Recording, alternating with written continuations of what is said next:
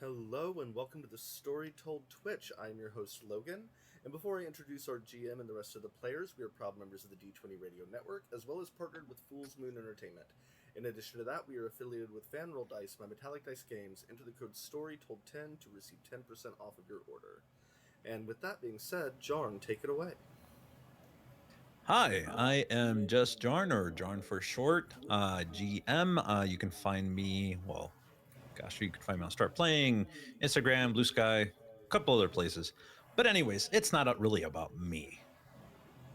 Because honestly, this story is about everyone else and what they bring to the story. I'm just putting the frame. The painting is everybody else. And so with that, I'm going to go ahead and Natty Danger, introduce yourself. Hi, everybody. My name is Nady Danger. You can find me on your favorite social media platform, basically anywhere where I can have a hot opinion about Game of Thrones, Cosmere, or other book series. You can find me there. Instagram, Threads, and Discord, and Twitch at Nady Danger. Let's go have some fun. This is our third, fourth session coming into this, and I mispronounced your name so far, three times. Yep.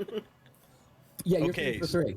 But you know what? No, I pronounced it the first time. The first time I did it correctly. At this point, it's kind of canon, so I'm all right with it. All right, so I'm gonna go ahead and mispronounce Serena. No.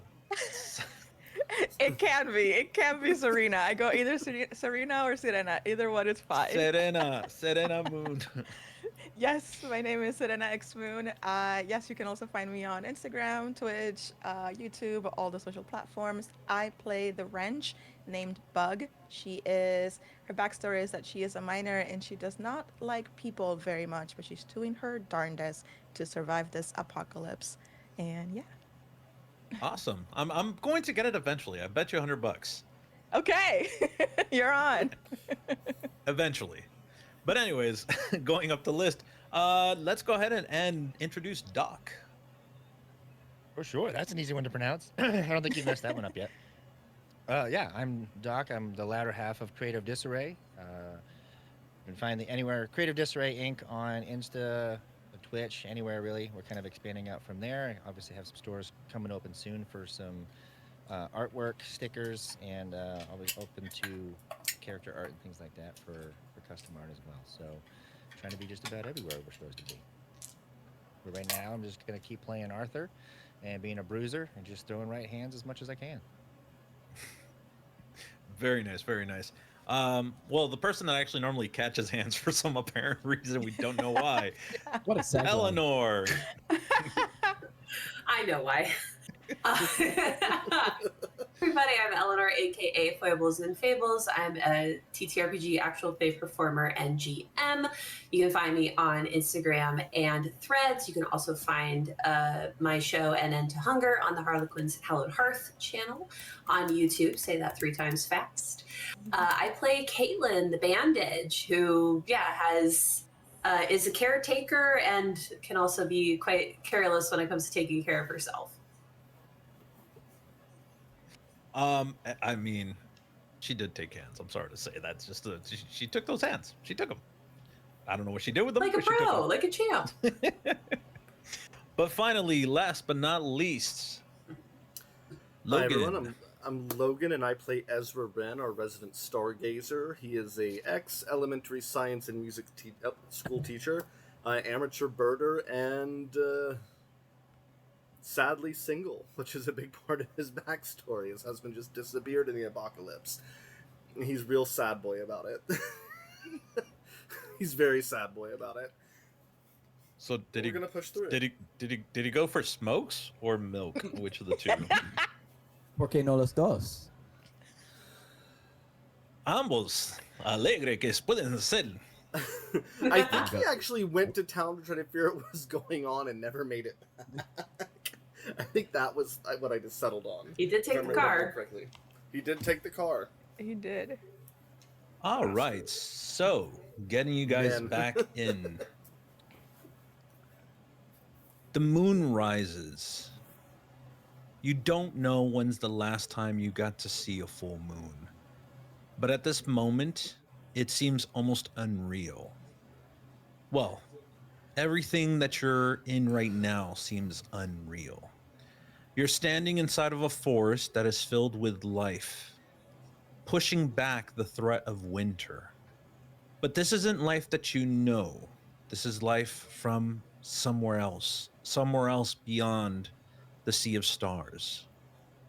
And yet, here it's found perch within our world.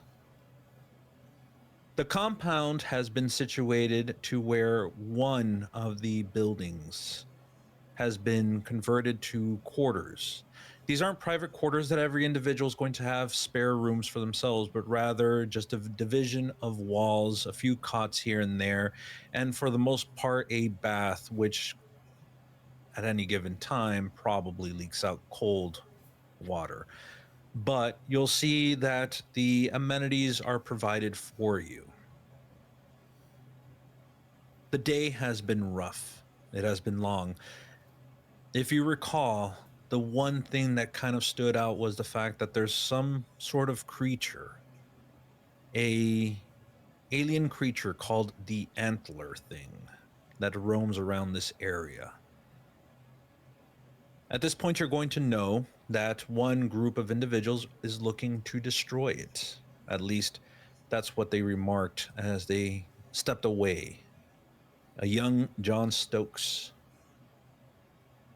The other person who is interested in the antler thing, her name Gato, seems to be almost as though more interested in observing it, trying to catalog it, trying to pursue some scholarly endeavor in trying to capture this animal, trying to assess what it could be. And yet, you guys are caught, at least for the moment, here with the moonshiners out in weird Virginia. Again, shadows are long in the dark, and the sounds of these creatures around you fills the air.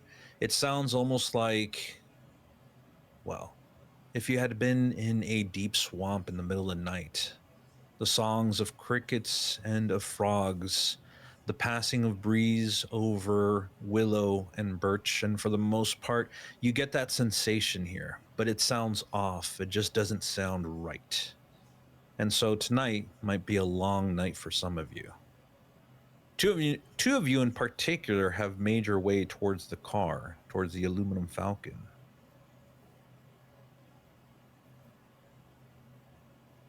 And who would those two be? I believe that is myself, Clint. And I believe, Bug, you're with me. Yes. Oh. Yeah. So last we left you off, and this is right before you guys start making your way towards the aluminum Falcon, Bug, you had seen something that caught your eye. You brought it to the attention of others, and at this point, you guys have decided that you're going to go off back towards the aluminum Falcon to kind of sit in, just make sure you take care of the car, whereas your companions are going to remain behind in this compound. How does that go? What happens? What do you say? You want to go first?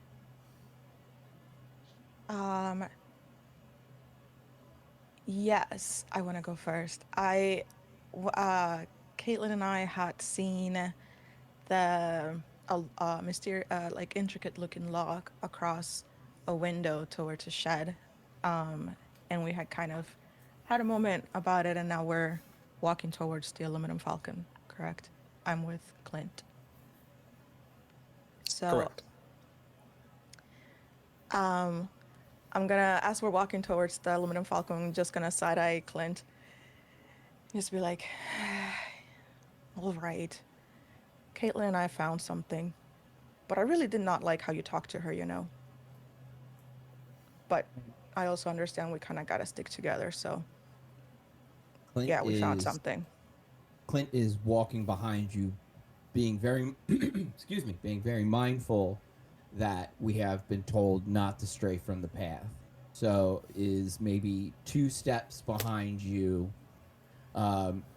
one finger looped into the giant jug of moonshine that we liberated from there. I haven't touched it yet. But as you're telling me this, I'm like lifting the cork out of it and giving it a little bit of a whiff, and like, the hell is this? Is this moonshine or paint thinner?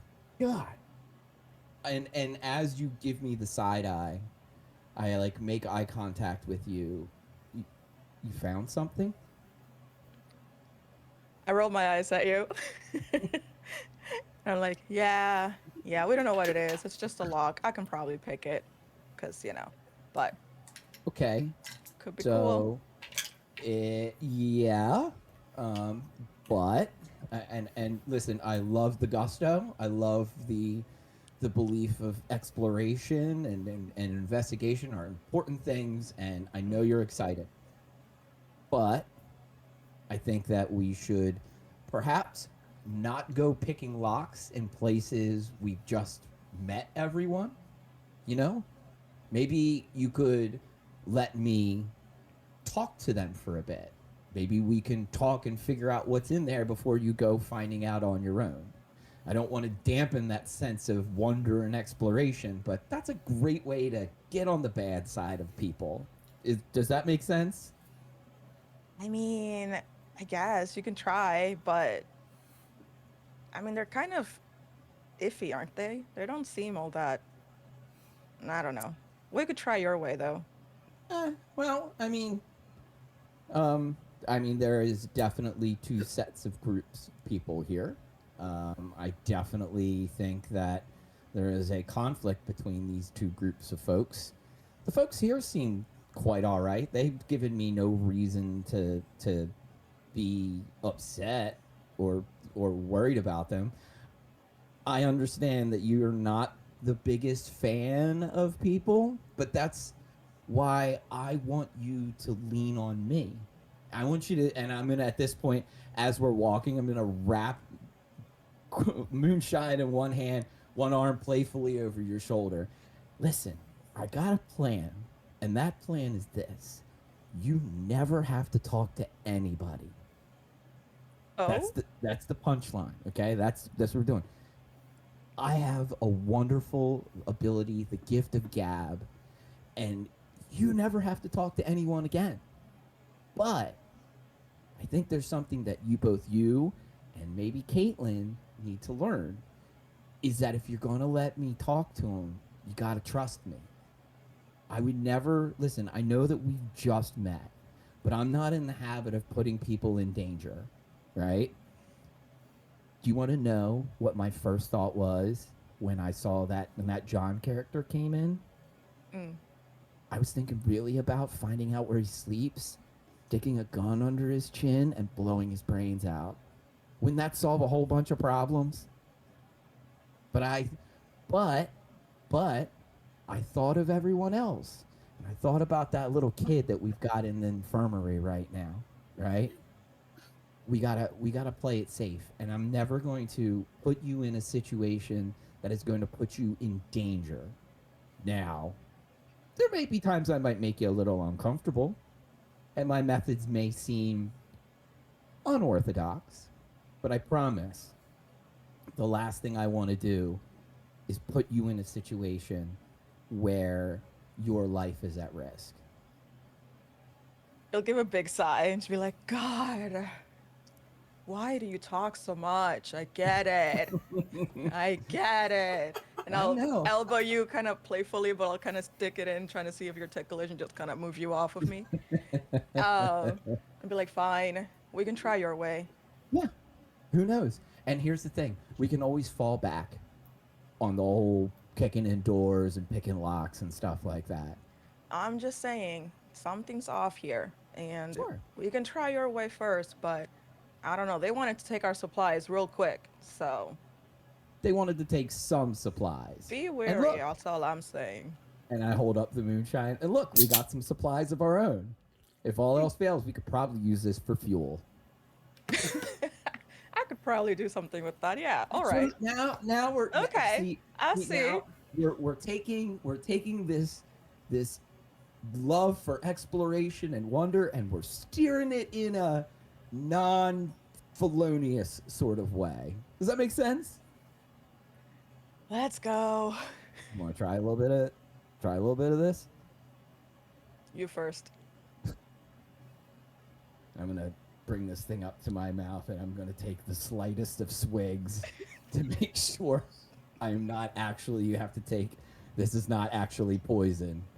If I go blind, I can still talk. You'll just have to guide me, okay? Will you be my Sherpa? We'll see. All right. More than fair. More than fair.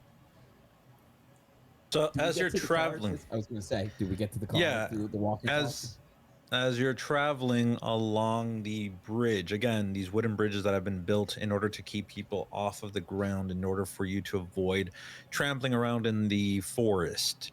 You're going to notice that the entire time you're walking, there are lights strewn along the post line, lines of bulbs, giving you enough illumination that you can actually see and get towards the area where the vehicles are at. As you continue through, you're going to notice again small creatures, many winged, many legged, things with multiple eyes looking at you in the darkness, but none of them attempt to actually run up at you. None of them are threatening you. It just seems like this is just you walking in a casual forest one day, and animals just appear and they see you and they walk away. That's it. At this point, you get towards the clearing and you're going to see all the vehicles there. You'll see that the aluminum Falcon is again poised, ready to go, car facing out, just in case you need to make a speedy getaway.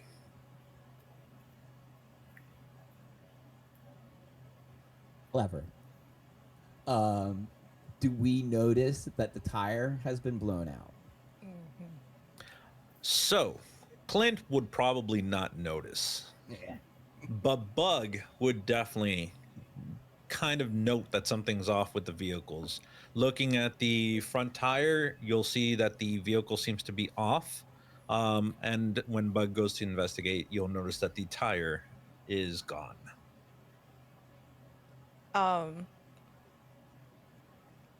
Bug will call Clint over and be like, "So, looky here. That's not how All we that left it. talk, all that talk, all that charisma, and here we are. Yeah. They just well, exploded on their own, huh? No. Now hear me out. I'm tell tell me more. I'm Sweet not gonna- words.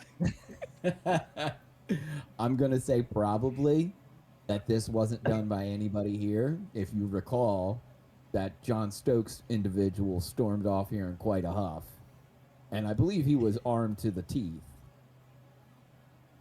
Right? I mean, if we go my method, we could get some of those guns ourselves, and we maybe have some a- more I've got a- supplies. Yeah. I'm not going to disagree with you, but I'm going to politely say that I don't think we're going to we're not going to go to banditry immediately. You know? I know it seems like the easy route, but sometimes in life we have to take the hard road. Yeah, I know. But hey, you get to fix the car tonight. Isn't that fun? I'll make it better. Yeah, I knew you would. Do you need any help? Nah, well, see if you can find anything around, but I think I got it. Yeah, I was just gonna say, as Bug kind of turns to Bug's work, I'm just gonna take a lap around the car, being sure now the area that we parked is not the danger zone that we need to stay off of, right? Correct. All right, and then I'm gonna do a once over, and then quietly sneak into the back seat of the car, calling dibs on the back of the aluminum Falcon before Bug can get settled in.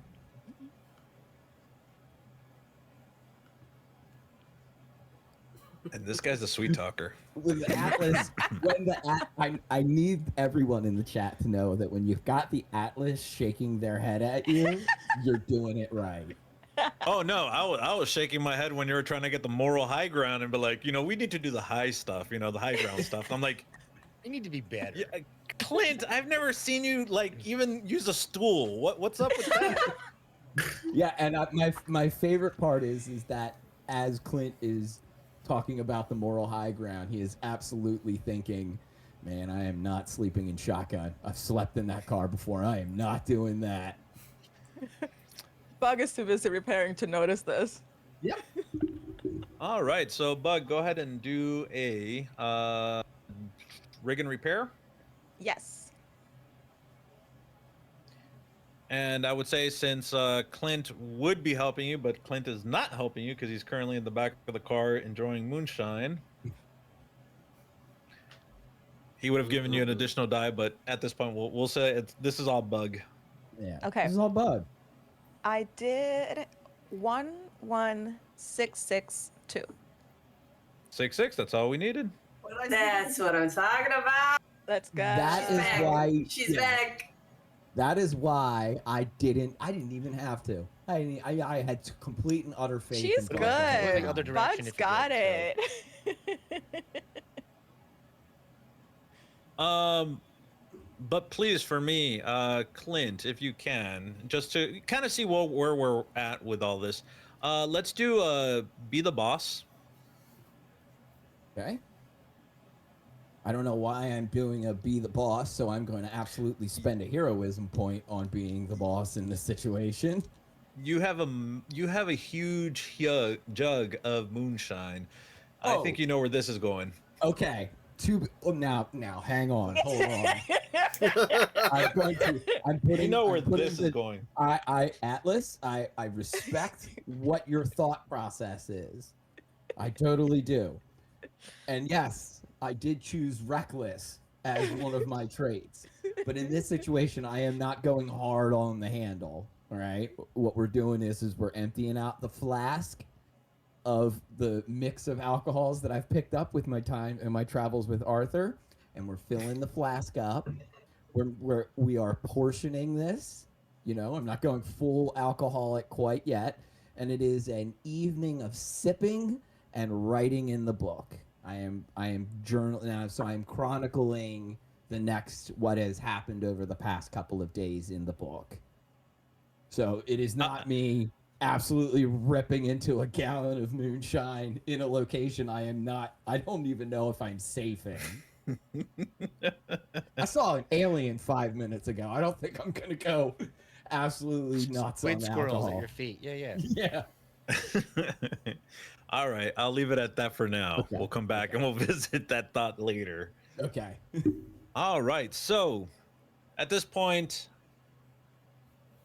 Arthur, Ezra, and Caitlin, you guys are still at the compound. You guys have been given cots in order to stay in. For the most part, you'll see that the individuals here try to be as generous as they can, specifically Gato. You'll see that Gato goes ahead and makes sure that you're provided a small meal with, and you're provided some drink as well to kind of, again, soothe you over. You'll see that after she's kind of looked over Charlotte, she brings back Charlotte, turns her over towards Arthur, kind of provides the medication, letting Arthur know that she just needs to take this, medication once a day for a couple of weeks, and that should kind of clear her up. She should be able to bounce back. And so at this point, you'll see that Gato is the more friendlier of her crew and her companions. You'll notice that the other three have their own mannerisms. They go about their lives in their own way. But none of them are technically rude to you. They just, after the encounter with John, they kind of just go silent a bit. They don't really interact with you. They try to keep their distance. And so for the most part, you feel like alone. Even though you're amongst each other, you're alone within this compound. And the entire time, Ezra, your head has been hearing that song, that music playing. It's harmonious, it's soft, everything seems to be in tune. It hasn't been a distraction for you, but you know that when you close your eyes and you kind of reflect, for a moment, it becomes audible once more, and it's hard to tune out afterwards until like you open your eyes and start talking to someone else. Um, but every now and then, a you'll hear almost as though like one instrument in the entire symphony picks up by itself and begins to play. And for some odd reason, this instrument plays this sad, sorrowful song, and you can feel. I won't have you roll for it, but you can feel a certain lament attached to it. This became. This happened or occurred at least twice after the events with John. During the events with John, you heard it. After the events with John, you heard it again. It's a sad instrument that's just playing, and there's melancholy and lament upon it. At this point, you're relaxing, and again, you don't hear it anymore. But if you do go quiet, you will hear again the music around you of all this alien life that is here.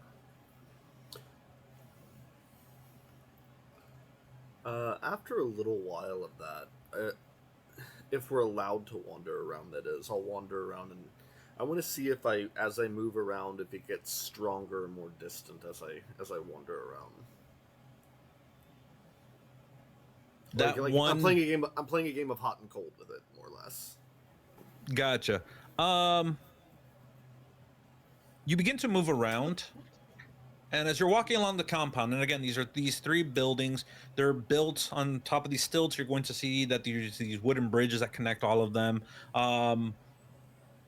As you're moving around, you don't really get it anymore from the location you're at, which would be the quarters. You kind of walk outside, you're trying to take in the air, you're looking at the moon, the trees, the wildlife that's out there, and you hear the sound radiating once more. But again, it's this almost like a dull version of that song, and it's coming from the other building in the compound, but there's no way for you to look in or get in. The only thing you see is that door, and the door with the lock. You're going to notice that Gato, like as you kind of start wandering in that direction, Gato will. She begins to walk around the building, kind of seeing you, and at this point, she slowly strolls up to you. It's beautiful out here, isn't it? To imagine that all of this existed elsewhere. I think I much preferred things closer to home, if I'm being quite honest. This just grew here, though? Ever since those pods fell. And you'll see that she kind of looks off in the distance, and although you can't see it, you can see it. It takes you a moment. The light of the moon kind of cast over it, and you'll see it off in the distance. It's like the little tip of the dome. You can see it off there, and she kind of looks at it in that direction. You'll see that she holds her hands behind her back, and she's just like,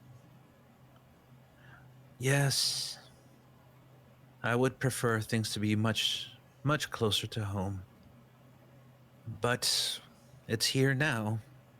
And you see that she offers you this smile, and you can see her face again, old, leathery. You'll see that her eyes are gray, and you can see that the years have passed her. And at this moment, she's just like looking at you and just smiling. Do you think it'll end ever, or is this our forever?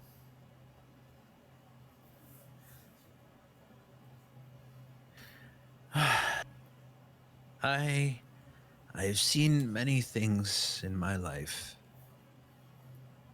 I can't say with certainty if this is going to be our forever. But is it so wrong? I'm wondering if perhaps if there's a way of making peace between all of this. And then you see that she looks at you for a moment, and then she goes ahead and she just like shakes her head and kind of lets a little chuckle out, and she's like, I think that's going to be much harder though.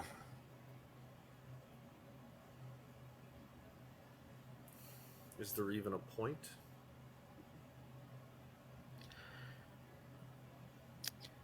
Of all the questions I've ever been asked, is there even a point in regards to life? I couldn't even begin to tell you. Is there a point to your life? Is there a point to this forest? Is there a point to the fact that these beings came from elsewhere?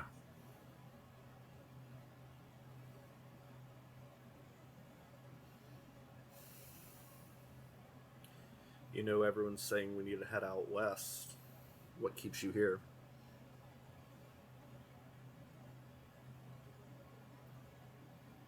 She goes ahead, and you see that she becomes still for a moment as she's like just looking out into the distance. And without turning towards you, she just goes ahead and says,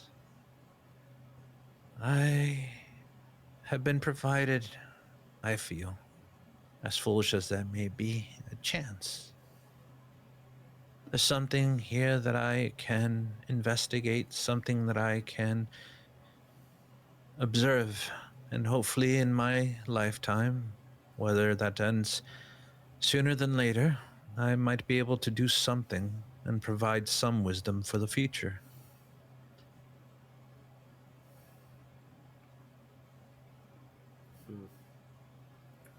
Something to think about.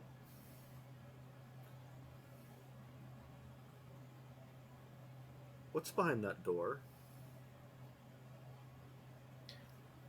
You see that she looks at the door, then turns and kind of like looks over towards you, and she has a smile on her face, and she just says, just memories of a past life. Things I keep that I don't want others to find, just in case.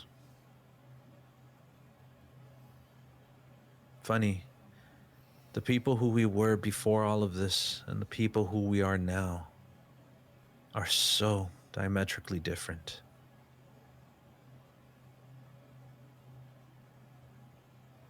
I'm not sure that's true. Part of me wonders if all of this happening just showed us who we might really be. That's one way of looking at it. Yeah.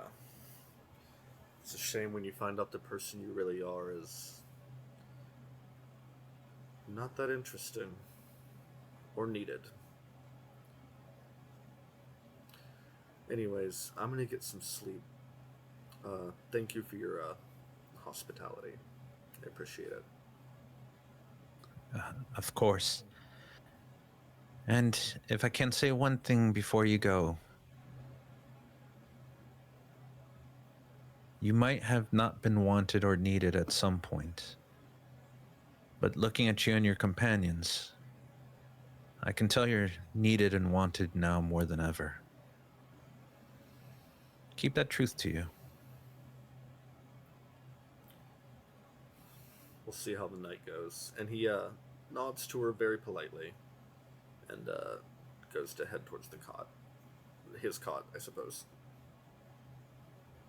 You'll see that as you walk away, she just turns and begins to look towards that, towards the moon, towards that distant dome of the pod. And again, her hands behind her back. And she almost looks like a statue. And at this point, as you begin to turn, heading towards where the quarters have been set up, you're going to hear that stringing lament once more. Mm-hmm. And it plays for a little bit and then just dies down quietly. Okay. And so, Arthur, Caitlin, what are you guys up to? So I'm coming out of the bathroom, utilizing the whatever showering facilities that they have in there. And so I come out and my hoodie is tied around my hair like a makeshift, turban to help dry it. So I have my overalls up, my thermal shirt on underneath, and I'll sit on the cot next to Arthur. Bathroom's yours if you want it. I promise I didn't steal the hot water. I don't think there was any to steal. Appreciate that.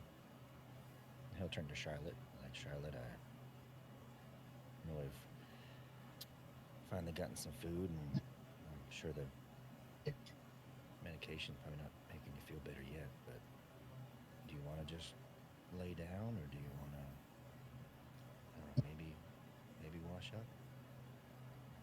So this entire time, Charlotte was leaning up on you, and she had eaten her food, and then she kind of like cozied up on you, and you're there just sitting.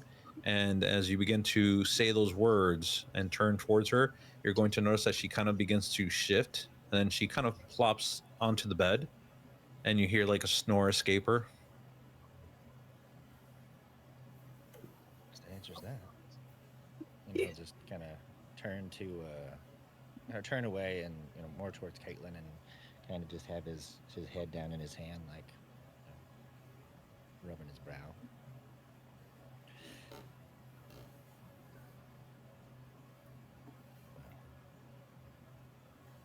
I'm not sure if we've gotten ourselves into something else at this point yet or not, but at least there's a comfortable, well, what passes for a comfortable place to rest for once. I mean, I'd say we deserve it, earn it. I don't know, but we're taking it. Do you think they're okay out there? Well, I'm sure, despite what you may think of Clint, he's as focused as Clint can be. You'd be surprised in these situations. How did you two even get mixed up together? I suppose we both decided to play stupid and jump off a train instead of staying on it. Oh, I remember those trains. Yeah, unfortunately, it was, I don't know, maybe it is fortunate.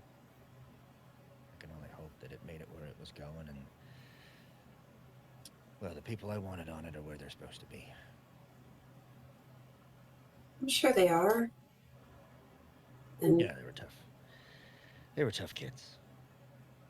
Yeah. Smarter than I ever was. Well, they didn't jump off the train. Yeah.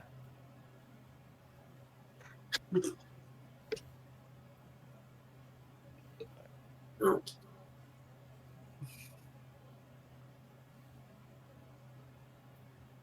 I can you can watch Charlotte if you want to have a drink or whatever you need to do.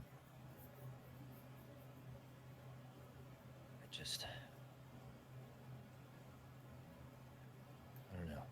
I know Ezra went for the walk, so I might just sit back for once and, I don't know, maybe think about what's excuse me, what's to come. Maybe not. Maybe try not to think at all. It seems to get in the way sometimes. You miss being in the driver's seat? Oddly enough, it's a different kind of thinking. There's just a target, a place to go. Mm-hmm. Which makes me miss the days of I could just swing at what was standing in front of me, and whether I hit it or not, I could take home the bag, and my family could eat for the night. Well, I could eat for the night. Now you can swing all you want, and I don't know, maybe still not get to eat. I guess that's why it's good to travel together. When you get tired out, there's someone else there. Yeah, I've never quite seen anybody move that particular hunk of junk like Bug can, so I guess we get blessings when we can. Yeah, she's a blessing, all right. Gosh, it's going to be the first night. We've been apart for months. As much as it's been a joy having Clint, I don't know. Unless you talk in your sleep, maybe it'll be a little bit easier for me to close my eyes tonight.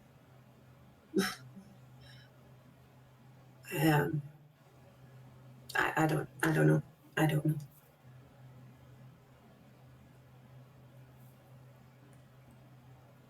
Yeah, I apologize. That was an attempt at a joke.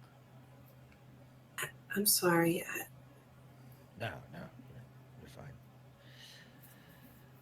Doesn't quite roll like it used to. No. I know you.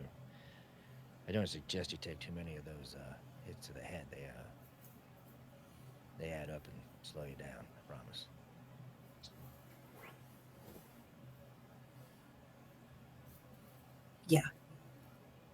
Yeah, they add up.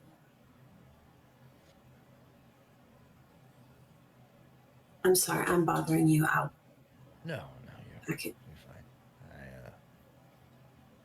I don't know. I just usually let Clint do most of the talking, and that's that. So maybe I'm just Good with this talk. He seems to like to talk. Well, you stick to what you're good at, and to be fair, there's been more than enough times that I didn't want to have to swing and didn't have to because of that lip. So you learn to live with the other side of it for sure. Yeah. I guess this is what living is. Yeah, you'd be surprised what you can adjust to when you let the world slip away, or it just falls out from underneath you, I suppose.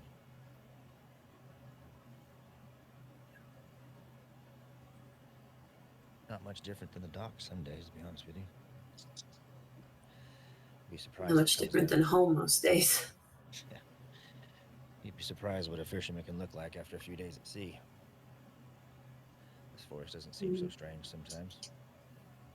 No. Or a trucker on a long haul. Yeah.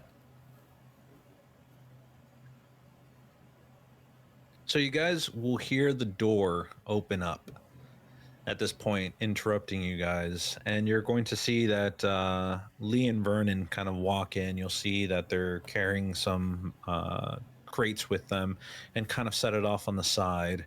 And at this point, you'll see that both of them again just look really bad. Before they were a little bit more jovial, a little bit more cordial talking. Now they're just like very calm, and you'll see that something preoccupies them. And you'll see that Lee and Vernon set down the crates, and then they go ahead and quietly they kind of like look through, make it towards their cots, and you'll see that they like start getting ready to just rest, to just lie down. You'll notice that Vernon kind of turns over, looks towards the rest of you, and just says, "Is there anything that you need before you go to sleep tonight?" I think we have more than we've had in a long time, so. Yeah. Good. Well, just in case. And you'll see that Vernon reaches behind his back and he pulls out a handgun. And he goes ahead and looking towards Caitlin, looking towards Arthur, goes ahead and gives it towards Caitlin and just says, "I don't suspect anything is going to happen. Just in case, though. I would feel mighty terrible if you didn't have some way of protecting yourself." Yeah.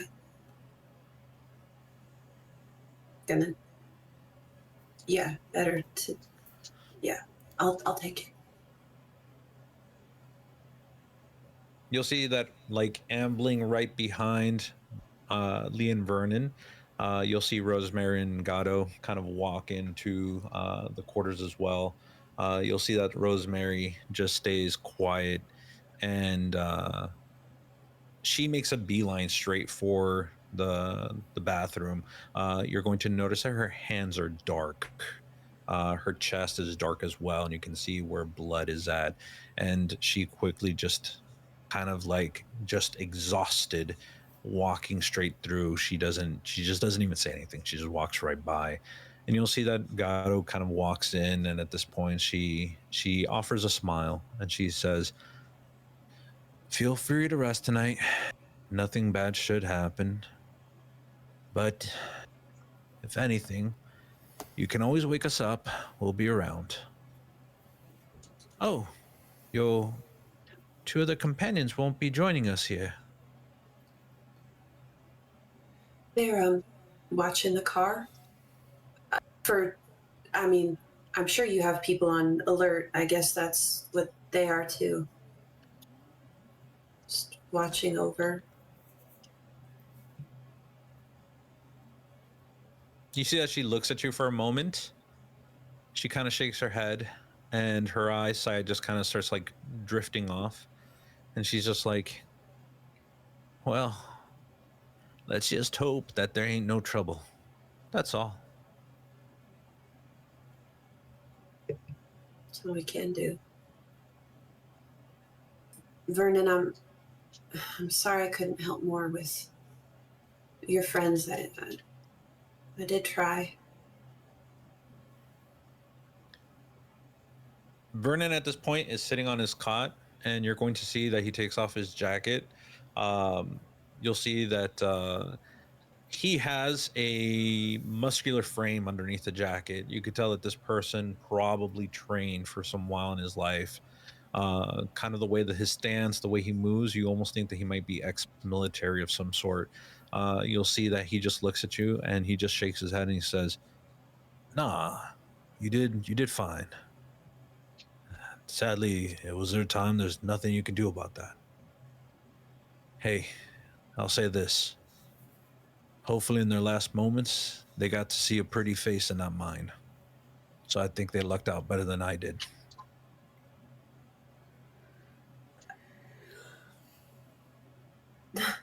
Yeah. Okay. And then at that point, you're going to see that Gato kind of follows behind towards Rosemary, and the two of them are kind of like in the restroom right now. You'll hear Gato every now and then. You'll catch the occasional words of sympathy, trying to bring up her spirits, Rosemary's spirits, and for the most part, it's just poor Rosemary just begins to sob and cry, and you can hear it at this point. And this is life right now. But that's not to say that this isn't life over towards the car. So we move over towards the aluminum Falcon. Clint is sitting inside comfortably in the car. The jug of moonshine down on the floor, him taking enjoyable sips of the concoction, and at this point also writing in his journal. The entire time he will feel the car jack up, and he will feel Bug going ahead, addressing that tire, trying to fix it, and then eventually Bug will go ahead and begin to lower the car. This takes like about an hour or so of this going back and forth. For the most part, Bug, how do you feel about the fact that Clint literally is just sitting inside the car, not helping at all?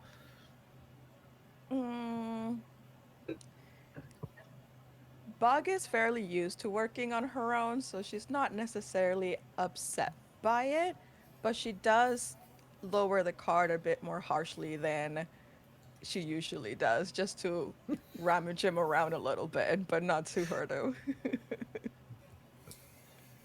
Jostle the car, not to hurt the car, but just to jostle the person inside. Yeah. All right. So at this point, the car is back. You would have patched up that tire to the best of your ability. You're actually not going to patch up. Sorry, you're not going to patch up that specific tire. You're probably going to remove the tire. And looking at one of the other cars that are there, we'll say that you're clever enough that you're going to pull off one of their tires and exchange it and be like, hey, now this car has 2 flat tires. It's not our problem anymore. Yes. So you begin to move towards. You're done. You got your tools. You set them in the back. You close the trunk of the aluminum Falcon. At this point, where do you move? Like, do you move towards the front seat? Do you move to the back seat? Where is Bug heading? Bug is heading to the uh, driving seat, to the Okay. driver's seat. I'm pushing her seat all the way to the back. That it's the back of her chair is touching Clint's legs, and just I'm going to, Yes. I feel as Bug doesn't gently drop the back, it's like bump, right? And it's Yeah. just a pair of eyes that like look up at you over the top of the book. You know, it's like I'm in there writing, and then the writing stops, and I look over at you and I'm see just that, grinning. yeah, that shit-eating grin at Bug, and I'm gonna just watch for a second and say, "You ever in the military, Bug?" Nope. What you writing though? What you doing? Comfy? Oh, so much better. You know, Oh. I used to love the weighted blanket. So this is like a welcomed thing. Oh, perfect. Not to mention I have sisters, so you don't scare me. And I say that with all sincerity and love that in this situation, this warm situation. Are you comfortable? Yep. See, I knew it. I knew Bug. I knew that you were a sleep in the car kind of person, just like me. And to answer your question, what am I writing? Well, I'm writing about you Really? and everybody else. Sure. We haven't had much of a chance to talk. You don't know what I do you? Not a clue. I know you Yeah. talk a lot. So I I'm was going to assuming say, you're I was some going to try sort to of cut. I was going to try and cut in right before you got that nice little jab about my conversational skills. I am, or at least I was, a journalist. I did war correspondence. So whenever you were watching TV and you saw the reporter in the battlefield, and he kind of opens up the flannel and shows off how he has the press bulletproof vest on, though sans any of the armor in it at this point. So yeah, I spent about 3 months embedded with a bunch of Marines up until I didn't. the world ended. Yeah, something like that. Do you want to? As you guys- Huh? As you guys are conversing, and I do apologize to interrupt. Oh, As no, you guys please, are please. conversing. Go for it. I guess we do have to play a game. At this moment, you're going to hear something jump onto the hood of the car. Bug looking right in front of you with the little bit of light coming from the nearby trail. You're going to see this reptilian creature the size of a small dog begin to claw up the hood. You'll see that it has like these 6 legs and just walking around quickly. And for a moment, you're looking at it, it's looking at you. You're going to notice that its 4 eyes are just glaring. You'll see like 2 of the back eyes are blinking, and then the front 2 begin to blink as well. And at this point, it just moves its head back and forth, just like looking at you. But then it takes off, running up the windshield and like clambering over the car. And you're going to hear the footsteps on the top of the car, moving towards the trunk and kind of getting off the car. And at this point, you're looking almost, again, amazed, surprised, but that's not the first one. You're going to see more of these creatures and other creatures begin to run past the car, and a flurry of little feet that you're going to hear kind of scraping or scraping at the car itself and kind of moving past you in like almost like a herd. It happens for And about a quick minute, and then it stops. And at this point, as you're looking outside and trying to like hear, you don't hear anything. The sounds before, the night sounds that you had heard, almost like a swamp, nothing. It is dead silent. As this is happening, I mean, like, it's the shock is real. Like, I shit, and I'm like trying to wipe off a page of the moonshine because I had everything resting on my chest as I was comfortably sitting. Are we able to, because it's a full moon, get a good idea of which direction they're going? Yes. So they're heading past the car. This would be towards the east. Okay, the east meaning not in the direction of yeah. everybody else. The compound is to the north from your point. Okay, so like yeah, Okay. and because immediately my thoughts go to, are my friends or my traveling companions Yeah. in danger? But as I see them go to the east, I I see that the danger has subsided. I'm gonna glance over at Bug. Holy shit!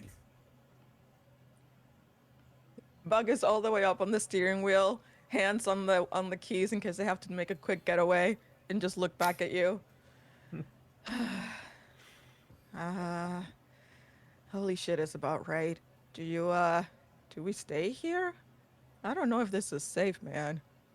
Well, and I just have to like take a moment to like gather my thoughts because the adrenaline is now pumping through my system. I'll tell you what. I'll make a deal with you. We'll let that one slide. Anything else weird happens, we're running for the compound. How about that? That seem fair? Seems with that, that seems could fair. could I get fight under pressure from both of you? Fight under Good luck. pressure. Okay. And I'm going to use one of my heroism points. Me too, my last one. Oh wait, we got Okay. one at the beginning of the session though too, didn't we? You get one at the beginning of every session, and Bug, you also did rig and repair, and you succeeded. You would have gotten a heroism point for that. All right. Ah, okay. So you should be up to 3. Okay, so I'll use one right now. All right, good luck. 5, 3, 2. Excellent. 6-5.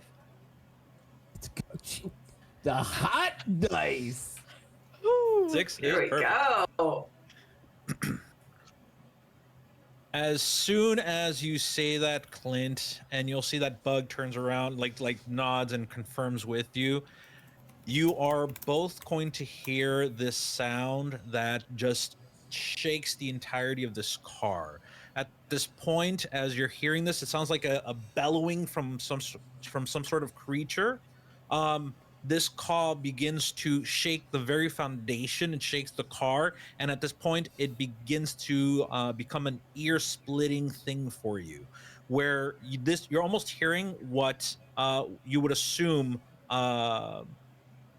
Ezra would hear. And at this point, I am going to say, Clint, you're going to be taking 1 point of damage. Bug, you are safe from the damage, but the windows of the car will explode with the sound that you're hearing. And at this point, right after that, you are going to hear explosions off in the distance. And this is towards the west, by the way. Yeah. And Okay. John, what does it sound like? Music to me. What does it sound like again? Exactly that I'm hearing. For everybody else, it's going to sound again like this bellowing. For everybody normal, not Ezra, it's going to sound like a bellowing sound. This very loud bellowing sound that again it causes you to tremble. Your reptilian mind at this point is like, I need to fight or flight. And flighting seems to be like the more plausible answer.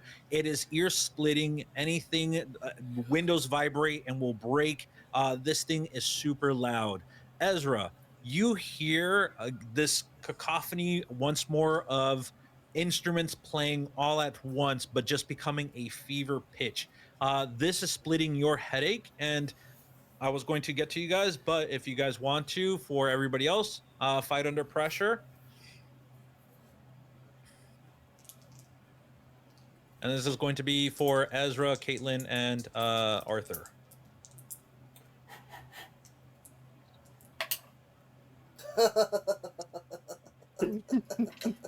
Ice is a 4. I got a 3 and a 1. Oof. Six, Oof, 3, that's 4. gonna hurt. One. 6, Dang, perfect. alright. 6, 3, 4. And Caitlin? 1. Highest was a 4. 4? All right. Ezra, you begin to bleed out of orifices. Your ear specifically, you're going to start bleeding out of them as you cannot contain that sound. Your character is going to be taking 2 damage. Caitlin, you feel this overwhelming sensation over you. You're kind of dropped to the ground at this point. If you're not already sleeping on your cot, you literally would drop. If you're sleeping on your cot, you're writhing in pain. Arthur, you get up and you're going to see that Charlotte is holding onto her ears and screaming out. And you're going to see that Lee Vernon as well as Rosemary as well are going to be screaming out. All of them kind of in pain. Lee's probably also bleeding out from his orifices. You're going to see that Vernon is trying to struggle through it. Rosemary is also going to be bleeding, and you're going to see that Gatto is going to try to kind of like calm them down to the best of her abilities, trying to help them. Yeah, he'd immediately pick up Charlotte. But yeah. Oh, I do apologize. Just to kind of finish off with Clint and Bug.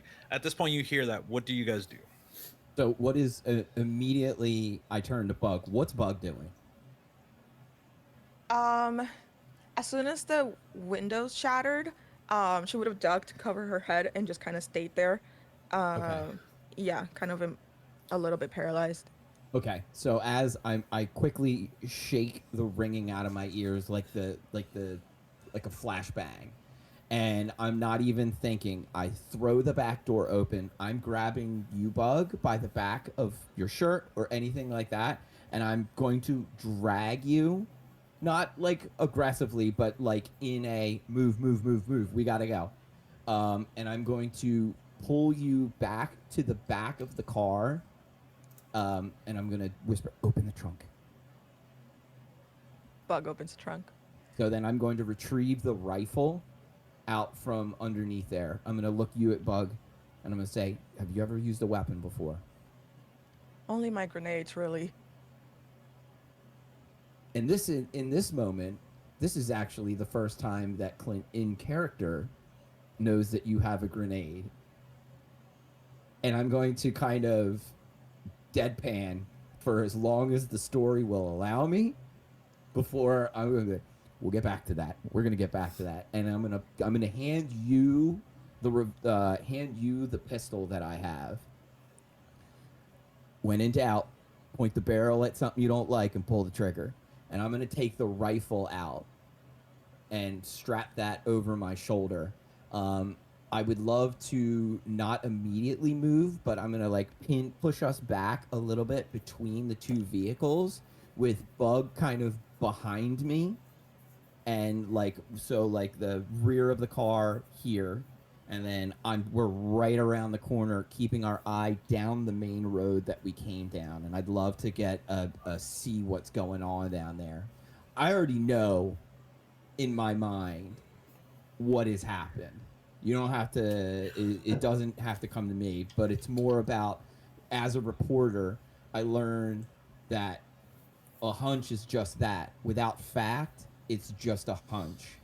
But I have a very strong hunch as to what has just happened here. So I got to get Bug back to the group and check and make sure that they're okay. So that's like my priority right now. So you're going to hear explosions coming off from the west, not too far from you. I will say, I'll give it to you, Clint, as you seem to be a journalist that would have probably been in war zones and wartime events. These sound relatively close. How close? You're not 100% sure, But again, due to the topography where you're at right now, the mountain range that you're on, the route of the Appalachians, this could be just, a few yards down, just down the ridge. It could be, again, some good distance away, just these sounds echoing off of the mountains. But it sounds close to you, close enough that you would probably be uncomfortable where you're at right now. And that is the exact feeling. You expressed it eloquently. Um, I'm gonna turn back to Bug. We got to boogie back. Are you with me right now? Bug is shaken, but Mm-hmm. she nods her head yes. Okay. Yeah, and goes to follow. All right. Keep the barrel down, and I want you to run towards where we came from. Okay. Stay on the path. Whatever you do, that is your highest priority. Stay on the path. I'm right behind you. I promise. Do we see any more of the creatures after the explosions, or are they all gone? You'll see a few more stragglers like passing by, and for the most part, they will run in your direction, stop, and then kind of try to avoid you. But they're purposely moving away from the west side. They're trying to get across and make it towards the other side of the forest. Okay. So I'll start making my way over, gun in hand, just trying to be quick but careful, and looking Okay. back towards Clint every once in a while. Yeah, I'm gonna 1001, 1002, 1003. I'm gonna rack the rifle, make sure there's a bullet still in there, lock that chamber up, and I'm gonna start moving behind Bug. I want to keep Bug far enough away from me so that if something were to engage her as she's running, I'm not right on top of her. So enough distance that she could get away in case something attacks me, and I can see all of her periphery as we're going. Awesome. All right. And at this point, you guys begin to make your way back towards the compound. Again, several sounds of explosions going off every now and then. In the distance, you can hear gunfire. And at this point, you'll also hear that bellowing several times more often. Again, not as loud as before, but loud enough that it is to say that perhaps this creature, whatever it is that's bellowing, isn't now bellowing in pain or fear, but rather enraged, in wrath. And you're going to hear this quite often. And again, as you're making your way through the forest at this point, you're going to see almost these creatures moving away from that sound as much as possible. You'll see that the trees begin to dim a little bit less. They're not as purple as they were before. You're going to see that everything seems to be almost in fear of the sounds that this creature is making. And poor Ezra is not going to have a great night. But before we get to that point, I think we are going to be taking a quick commercial break. Ooh, Nice. Ooh, all right. Of course we are. we'll be back. Of course.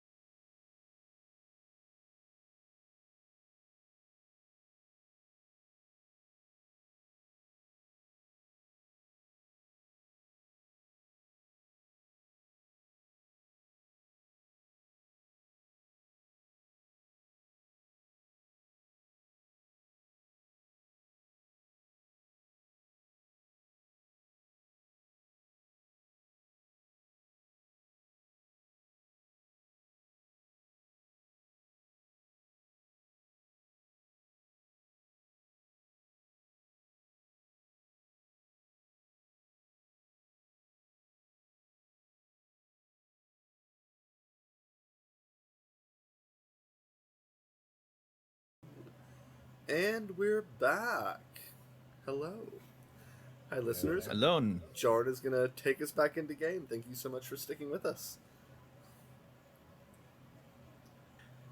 You hear the explosion and it shakes the very foundation of the building that you're in. At this point, this is going to be for Ezra, Caitlin, as well as Arthur.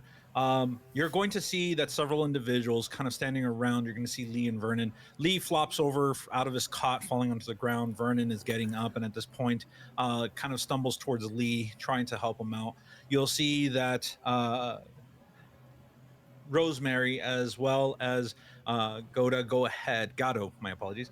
Gatto, go ahead, and they're kind of walking out. You're going to see that Rosemary is screaming to the top of her lungs again as blood is coming out of her ears. You'll see some streams beginning to pour out of her eyes.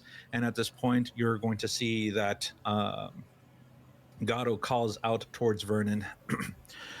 We have to get them out of here as quickly as possible. Grab everything you have. Make sure that they get out. Use the back way. You'll see that Vernon goes ahead and nods. And at this point, he turns over towards Arthur and towards Caitlin. Kind of looking at Ezra for a moment. Ezra, how are you holding up real quick? Before this is Vernon trying to deduce how you're doing. I imagine like there's blood coming out of his ears a little bit, but he is trying to shake it off. He's a little wobbly, a little disoriented. He does manage to pick up his guitar case, though. He won't ever leave that.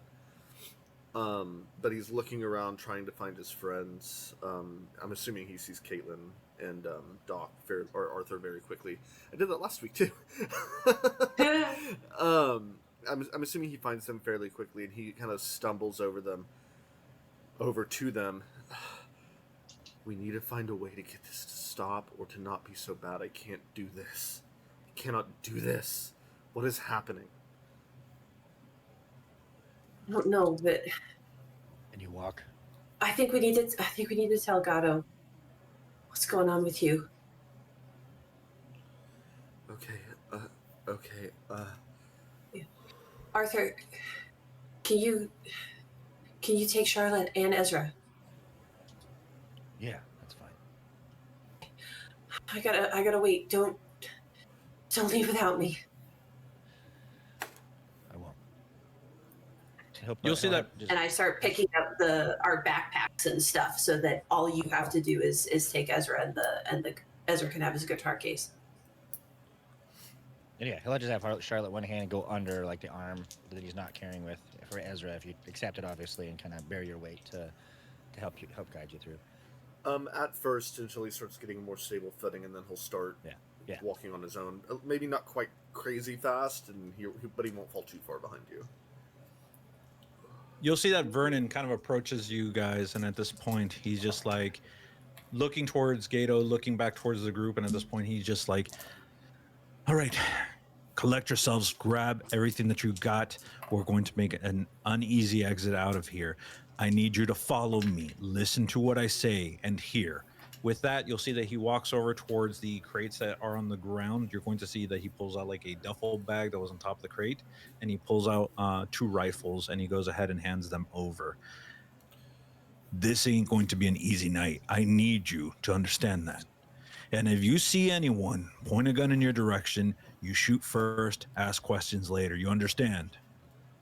You said rifle and 1 shotgun, right? That's what you actually said, right?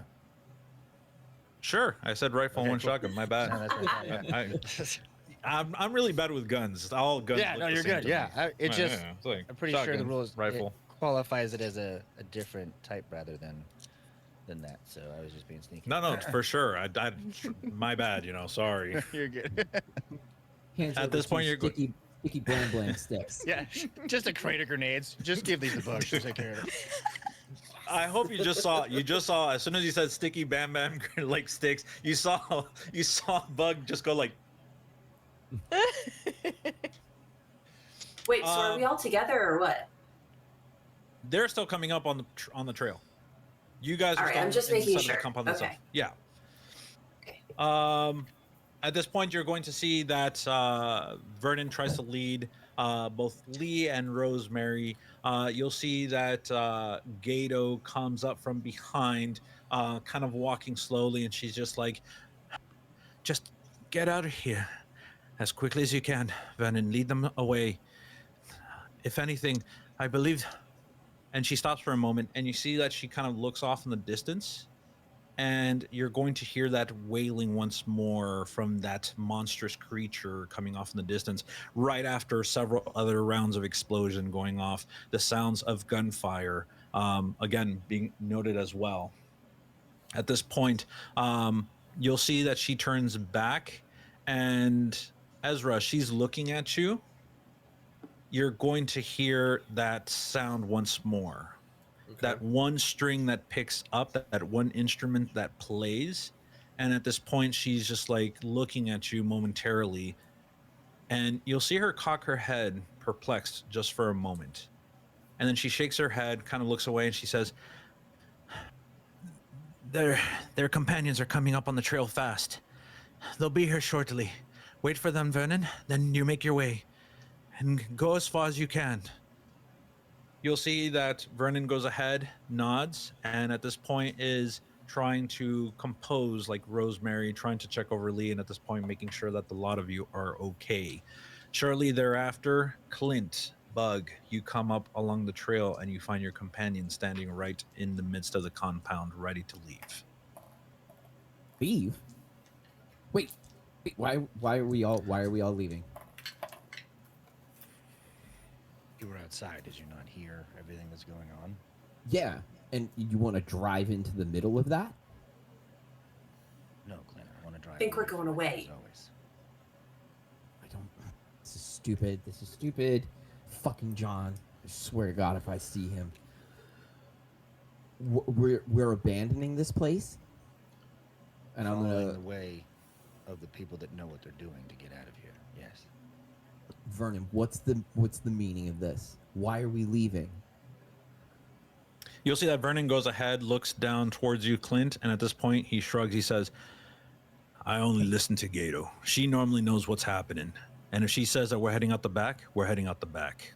God damn it. All right. It's ridiculous. Let's get out of here. You'll see that you guys begin to move, trying to kind of follow Vernon to the best of your abilities. Lee, Rosemary trying to aid each other. You'll see that the rest of you kind of make up the majority in the center of the group. Towards the back, you're going to see that it's Gato, and she is running, or she's kind of like following you guys.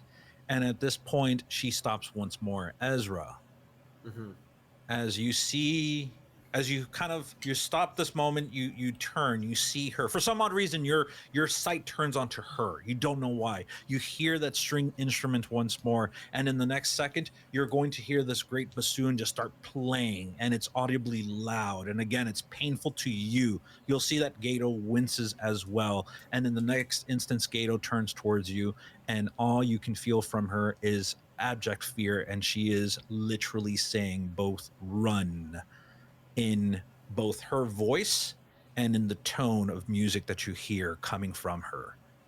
And in the next instance, you hear the trees begin to break down from the south point of the encampment or the compound. This is just right behind where the quarters would have been. And you'll see that Gato is shouting out, run, run! And at this point, Vernon is doing all that he can to push everybody forward. I am going to need a fight under pressure from everybody. I am going to spend a heroism point for that. Going to spend a heroism point for that. Same. Yeah, me too.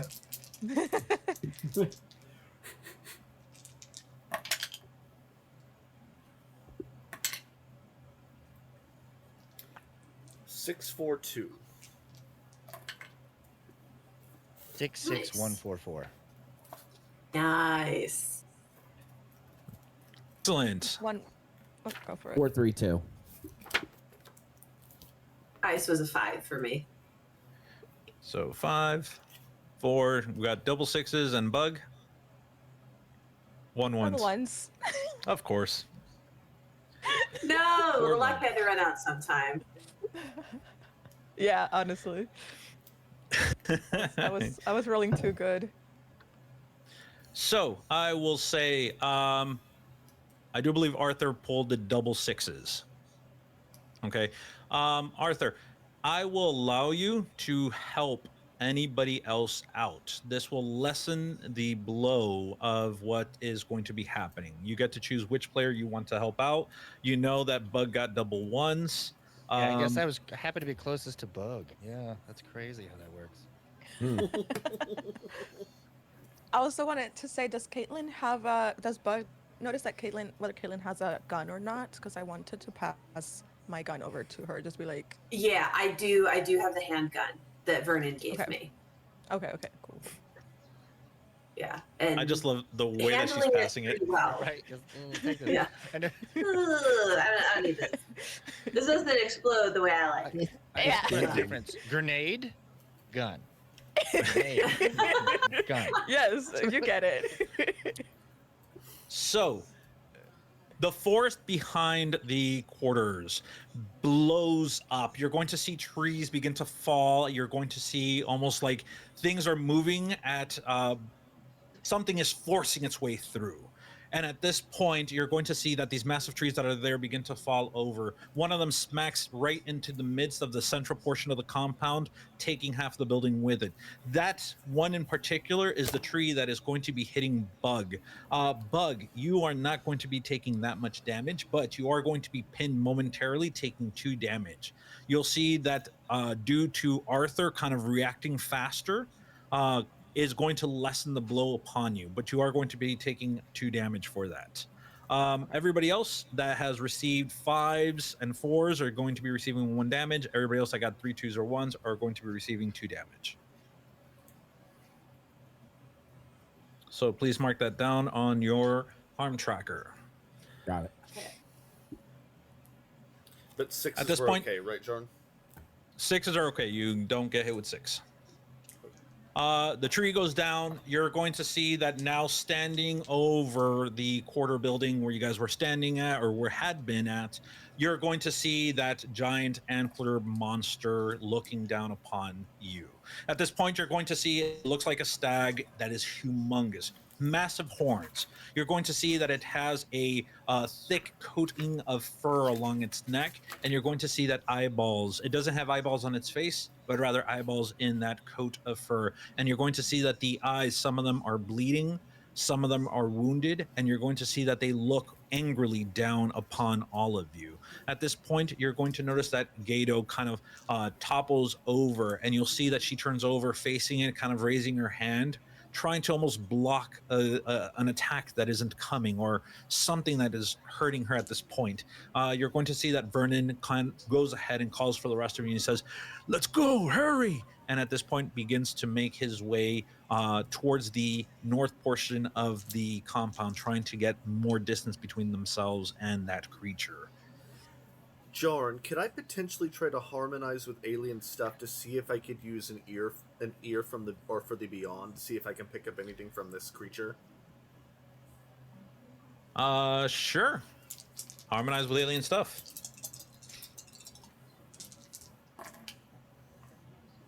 6531. Let's go. Nice. It's at this point again. This sounds like a wind instrument, almost like a bassoon that comes out. It is very low at this moment. You can hear it kind of almost like it's breathing. The thing is trying to. It is angry right now. The feeling that you get off of it is that it's wounded, it's angry, it is hurtful. But mixed in all of that, you sense loneliness. You sense want and desire. You sense belonging, a desire to belong. And it's intermixed with all of that. But right now, the two that feelings that you get off of this sound as is coming off of this creature is the fact that it is angry. It wants to hurt things just as much as things have hurt it, and it just wants to again eradicate everything that it can see. And at this point, its many eyes are falling upon you and your group, and you are the target at this moment. And Bug is pinned underneath the tree. No, Bug would have been pinned under the tree if it wasn't for Arthur, who went in and jumped and helped out Bug. Thank you. Squashed bugs here. Not doing it. Ezra stops, and the others probably get a little ahead before they realize that he is not with them, and he's pulling out his guitar, and he begins like to strum notes that are mimic and match that loneliness, not the anger, but those undercurrent notes on the guitar to see if the beast might resonate or respond with that in any way, shape, or form. Be the boss, and good luck. Be the boss. I am going to be spending my last hero at some point. Well, remember you do get another heroism point because you did harmonize with alien stuff, which is exactly what a stargazer would do. Great. Okay. Well, I have 2 dice. Big money. If it's double ones, I think this might be where Ezra ends the story. 4 and 3. 4 isn't Double bad. ones. Not double ones. 4 is not bad. It could be worse Ezra. on that kind of roll. Yeah. You begin to play, trying to match that emotion that you're feeling, trying to, again, elicit something from this creature. As the music begins to pick up, the sounds that you're hearing begin to kind of fall away, fading away. You're almost focusing so much on your own music. And at this point, as you're playing, again, you're trying to mimic those emotions. You're going through the things that you've desired. You're going through the hates that you've been through, the things that you've suffered, trying to play it into this guitar. This is one of those moments where the greatest song in the world could be created. As you're trying to delve all of your emotion into this music, as you're trying to do something to coax this creature, to talk to it, to make it understand you. You're not even looking when the creature turns its head in your direction, and you see that it almost lowers itself enough to you that you'll see its massive, this shaggy coat that it has around its neck, and the several eyes just peering at you, one blinking after the other. You're going to notice that Gato on the ground looks over towards you, Ezra. And at this point, she puts her hand over her chest, and you see almost an expression of both surprise, puzzlement, and wonder. But then, like every good concert, it gets interrupted suddenly. The sound of gunfire from behind the creature erupts, and at this point, you feel the pain once more as it bellows out. And you're going to see that the creature goes ahead, rises up once more, bringing its 4 feet up into the air and down onto the compound, destroying all of what would have been the quarter section at this point, in just obliterating it. At this point, you hear the crack of wood as the very boards, the bridges that you're standing on, begin to break and fall apart. And at this point, you can hear the sound of people behind the creature trying to fire at it. Sadly, you get caught, Ezra. You get tousled and sent flying. And at that moment, you're going to be taking 1 damage as your body kind of hits the portion of the bridge that still is there. And at this point, you're going to see that your guitar kind of slides off towards the other building, the one that has the lock on it. Oof. That hurt a lot. I am at 4 harm, everyone, just so we're aware. That's shatter. That's a Oh, is shatter. Or, yeah. Oh dear. So roll a 1d6 and hope you get a 6. I believe. I got a 1. No. The opposite of what we said. I don't think you heard it. You needed a 6. Yeah. Yeah, turn it over.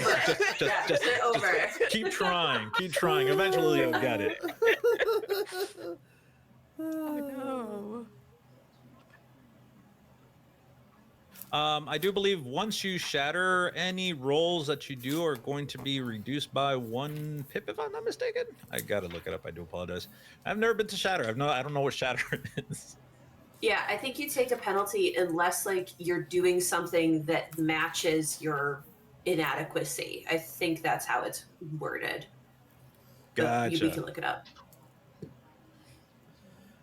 For the rest of the phrase, your traveler is consumed by their inadequacy and acts following its impulses. The traveler continues to role play but cannot make gambit rolls unless they make sense of the inadequacy.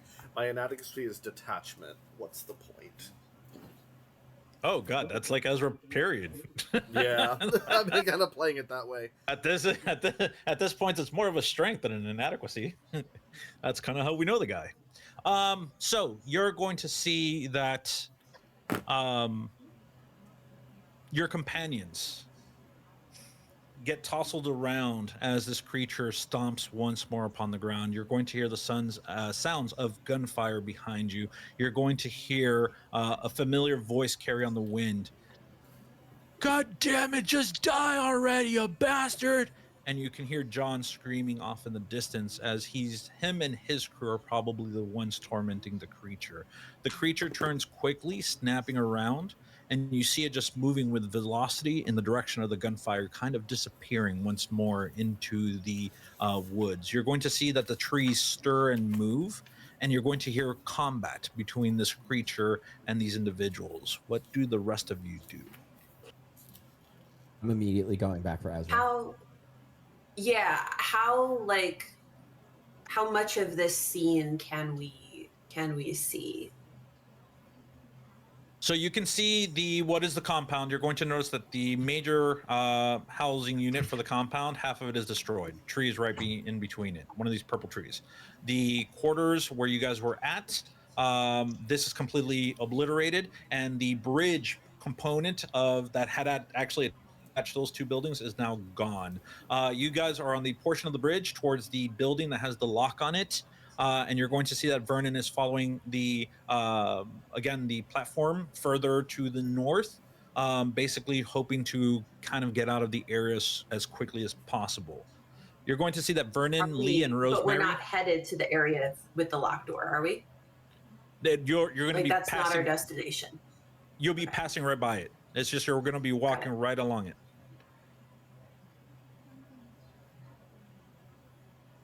I'm going to immediately I'm going to my feet skid in the loose dirt, and I'm just going shit. And I'm going to go back for Ezra and get Ezra on his feet.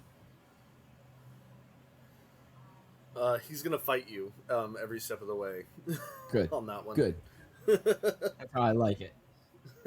Yeah. Ezra. Can we help Gato as well? Yeah. You'll see that you make. Sorry. So just 1 second. You guys keep going. Yeah. I'm gonna grab Ezra. Where's your guitar? It's probably in his hand. I think it. No, your guitar. Yeah, it's skidded off towards the building with the lock on it. Yep. Ah, right. What's the point? He's just staring at everything going down. What is the fucking point? Yeah, pity parties for later. And I'm gonna shoulder you up onto your feet, and I am going to get you up on your feet, and then I'm going to go for the guitar. He's just kind of standing there once you get him on his feet. Yeah, I know. Having witnessed that moment of connection, I mean, I don't understand it. I don't pretend to know, but I saw that, and I knew I saw that because I was like, damn, I wish I had my camera and didn't rush out of the aluminum Falcon and leave everything on the floor. But I'm going to grab your guitar, and I'm going to come back up to you, and I'm going to kind of force it into your chest to get your attention. Nobody knows how to play this but you. I know it seems awful right now, and there is time for that later, but your friends, your compatriots are in danger.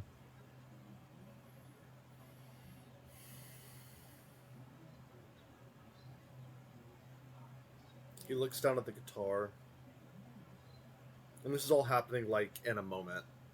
And he looks back up to you, and he just looks broken, but nods very slightly. Fine, let's go. Let's go. Come on. And I'm gonna keep at Ezra's pace, just to make sure that he gets where he needs to go. We'll have a conversation about it later, but right now we're all in some pretty serious danger. And I'm gonna keep an eye over my shoulder as we're moving to in the distance to make sure, hoping beyond hope that I get a glimpse of John's face. But I don't think we will at this moment. And I'm gonna try to catch up to the rest of the party as we head north. Say Arthur All right. is Good. I don't know. I assume we were gonna toss her back over and have get every Bug back on her feet and everything and restabilize with Caitlin. He is going to hold Caitlin out to Bug and just say, "Don't think, just move, Vernon, go." And then he's going to hot step over to Gatto and just put her in fireman's carry style up on the shoulders. Understand she's in pain. Tried not entire time to be nice, just in action, just picking her up to move and follow as well. Arthur, as you pick up Gatto, you're going to see that the old woman looks at you, and she has this look of a person that has seen something of sheer awe and beauty, with tears clinging to the side of her eyes. And at this point, she looks over towards you, and as you're lifting her up, she goes, "Wait, bring him back. Bring your companion back, and follow me. There's a way that we might be able to stop this." You're going to see that Gatto goes ahead, takes a few steps forward. She stumbles a bit, but she's making her way towards the locked door.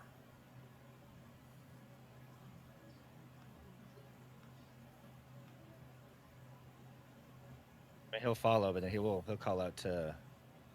I mean, I'm sure he sees that obviously as Clint is trying to do what he can with Ezra, so he will call out to Clint. Clint. Oh, I'm sorry. I thought you were gonna like say Clint and then No, a thing. just- I apologize. Attention first, buddy. What?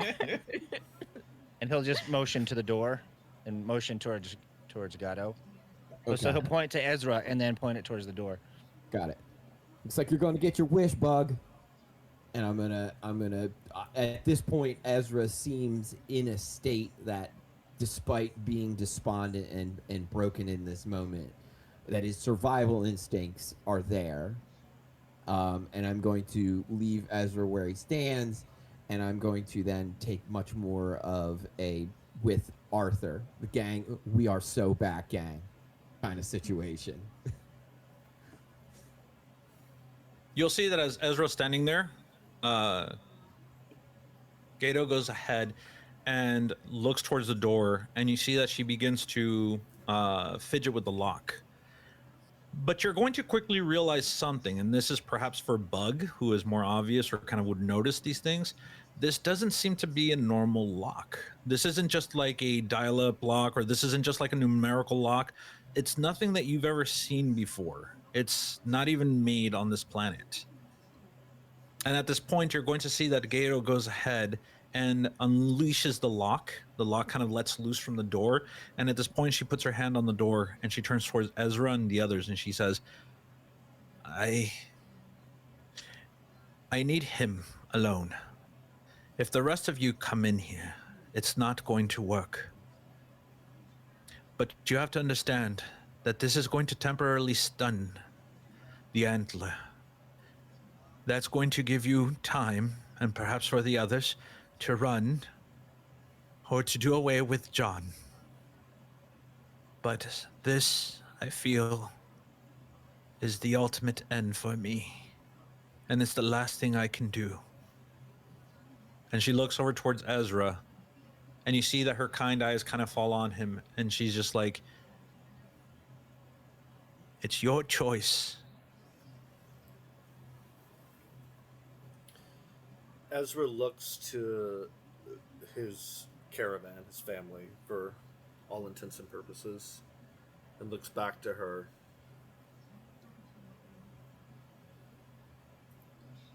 This will help. She smiles momentarily. but I hope it's enough to get you out of here and out of danger.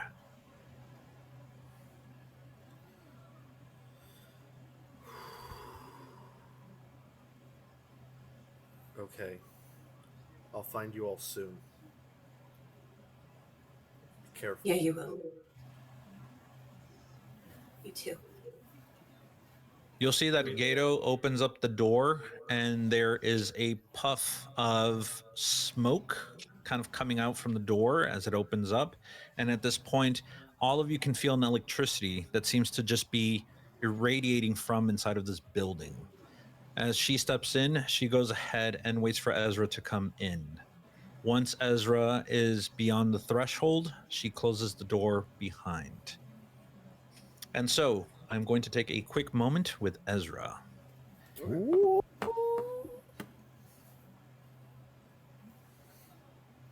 The inside of the building is pitch black.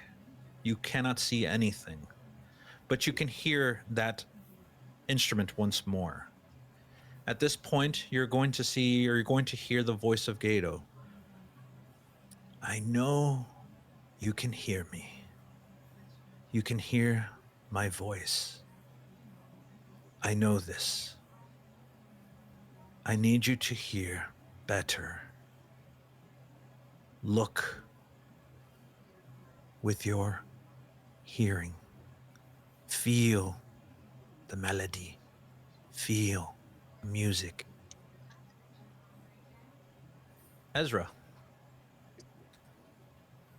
what do you do with that?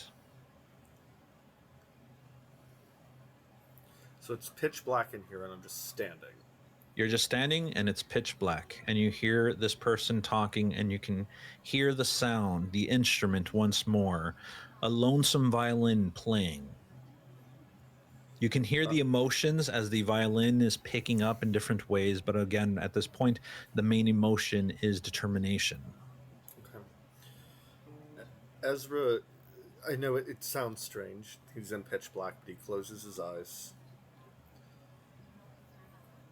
And he, with the guitar strap, he slings it on his back. And he puts the palms of his hands on his temples like he does when the sound is so overwhelming it's painful. But he focuses on that violin and lets everything else fall to the wayside and just falls deeper and deeper into that violin sound. The music of that violin envelops you. You can feel it in your core. It sounds like a heartbeat. It sounds like the strings of memories collected together to tell the life of an individual, a life that was not born on this planet. And you hear every now and then the violin stumble just slightly ever so, an indication that the person who is playing, the musician, is failing. As you go ahead and open your eyes, Ezra, you're going to see that Gato standing in front of you is no longer the old woman with gray eyes, but rather she is this creature standing in front of you. You'll see that she has a sleek body. Her hands are longer, her fingers longer and nimble as well, and clever. You're going to see that the facade that she had disperses, and she has these two large eyes, gray. That is the one truth that she could not hide, looking at you. You'll see that she looks at you for a moment and she says nothing, but you can hear her words, you can hear her emotions as the song continues to play within your heart. I am Aninian. I am old.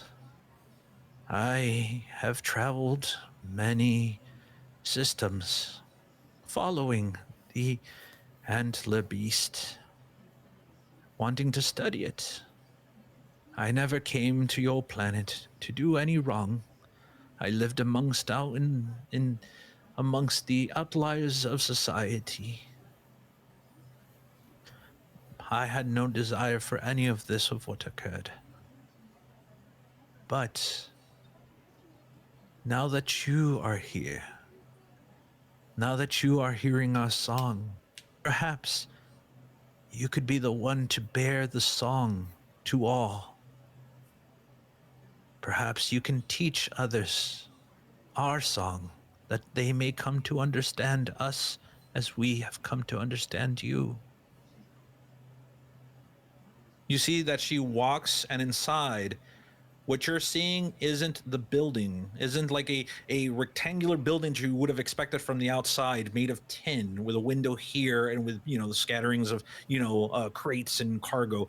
Rather, you see one of those small purplish vehicles there. You're inside of it, actually. It actually surrounds you at this point, and you're going to see that as you're looking around, she walks over towards one of the consoles, and she's standing and she begins to play. And you're going to hear music playing. And at this point, she looks over towards you and she says, "It never heeds my call. But perhaps your song, that song that you played, your heart, the way it felt, play it once more, and perhaps it will keep it tranquil enough that it will leave us alone. It is hurt. You have to do this." And you see that she moves back, and you're going to see again this kiosk kind of there. You're going to see that there's these elevating kind of like circular, oh gosh, I was going to call it out. Like these circular patterns kind of hanging in the air, kind of like spheres. And you're going to see that she's moving them in certain ways to create music and sound. And you kind of realize quickly that that is how they power their technology. That's what they do. That's how they connect.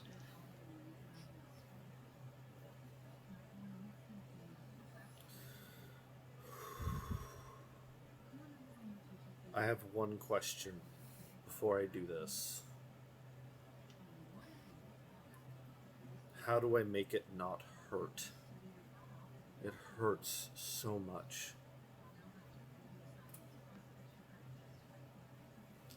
You'll see that Gato walks over towards you, and she sets a hand on your chest. And you can hear her violin. And you can hear another sound, one that you haven't ever heard before, one that you never cared to hear, one that you didn't even know existed, because it's your sound. It's your guitar. And at this point, she looks at you and she says, "You understand it, its pain, its desires. I saw it. I witnessed it. You can do this. Have faith in yourself, as your companions have faith in you." He pulls his guitar into his hands. I can believe in them, but I couldn't stop it from taking him, so I'm not sure I can believe in myself. But I'll do as you ask. And he begins to play that same song he was playing earlier. And I rolled while you were speaking, Jarn, and I rolled 5541. Thank you for rolling when I didn't ask for it. Because you could have rolled 6 times and got 666 and be like, "Look, I got numbers and they're great." All right. At this point, Ezra, you are going to begin playing. The music begins to fill the inside of this vessel. You're going to see that Gato tries to mimic that music, trying to keep it in sync, trying to keep the melody together. And as you do so, you have no idea what's going on outside. But the music is filling here, and the music is again moving Gato. And at this point, you feel that you're giving it the most honest and the most sincerest attempt ever. As the music continues to play, and you're hoping against hope that this is going to save your companions, everything begins to darken. You'll see that your vision begins to give way.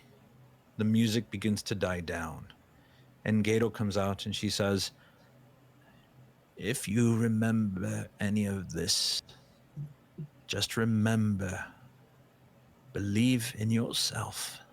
Be the voice that sings with the music. Listen to your guitar.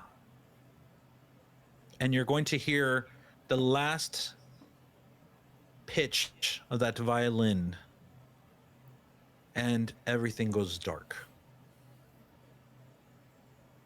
Ezra, for the future, you're not going to have a great memory about the events that have occurred here. You will know it's almost like a memory that is, it's almost like that moment when you wake up when a dream's ending and you're trying to keep those last pieces together. You'll remember a few little tidbits, and I'll let you decide what you want to remember the most. But you're not going to remember everything in its totality, and you're not going to remember exactly where you're at, and you're not going to remember much else. The next thing you're going to probably see is yourself upon the floor right in front of the door once more, the guitar in hand. But before we get to that point, for everybody else, music begins to erupt through the area. At this point, you're going to hear the bellowing off in the distance of the large antler thing. You hear the gunfire, you'll hear a few more explosions, but then the music begins to swell within the compound, kind of coming from the same building to where Ezra had been sent. At this point, the music begins to pour out, and it's loud and it's sorrowful, and for some odd reason, you can hear Ezra. It has his sound.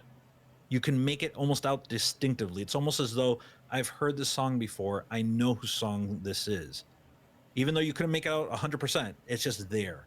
But as you're listening to this, you're going to hear the bellowing kind of go off a bit. It comes out very loud. There's explosions, and all of a sudden it just lessens.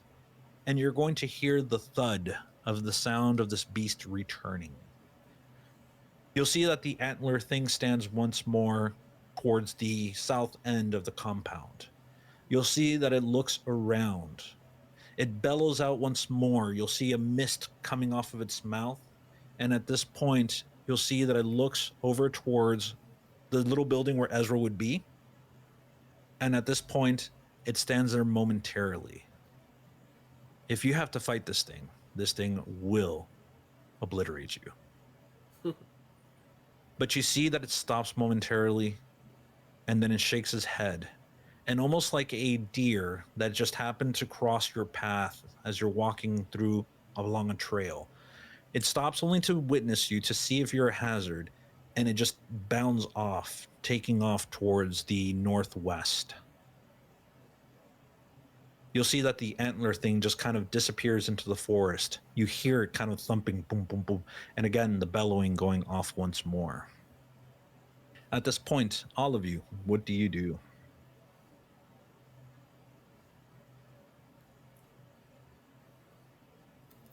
Is John and his party, are they pursuing? Excellent question. I like that. I'm going to go ahead and say do a search and survey. Oh, well, Just the that's perfect me. person to do that. Good call. There we go. Highest one was a 5. You definitely are going to hear the shouts and the gunshots, and you know that John's crew is going to be pursuing. I will say that you assume that they're going to be here within a few short minutes. You don't know exactly when, but you know that they're going to be here. Got it. And Clint, did I hear you say about John that you wanted to? Did you say that out loud? The conversation that Bug and I had was about my more deeper desires to do it. But Yeah. when I came into the building and met up with everyone, I was definitely cursing about him. Okay. Is there a causeway around the building, or is there just a walkway up? The causeway where Ezra is in. The causeway wraps around the buildings. Yeah. Got it. Okay. I think at this point, Caitlin will I think, yeah, because you had Gatto, so I had Charlotte. Mm-hmm. So I think at this point, Caitlin will look Arthur in the eye, nod, kind of bump up against Bug a little bit, and then Clint, she's gonna look you dead in your eye. Kill that son of a bitch. And she's gonna have the pistol back out again and essentially hide with Charlotte behind the building, defending her and defending Ezra. Okay. Doesn't the response is simple to her. It's a simple nod. And action takes over at this point. I'm looking over at I already know Arthur with his hands free and his grip around the handle of a shotgun is already ready for action, and I am armed with the rifle.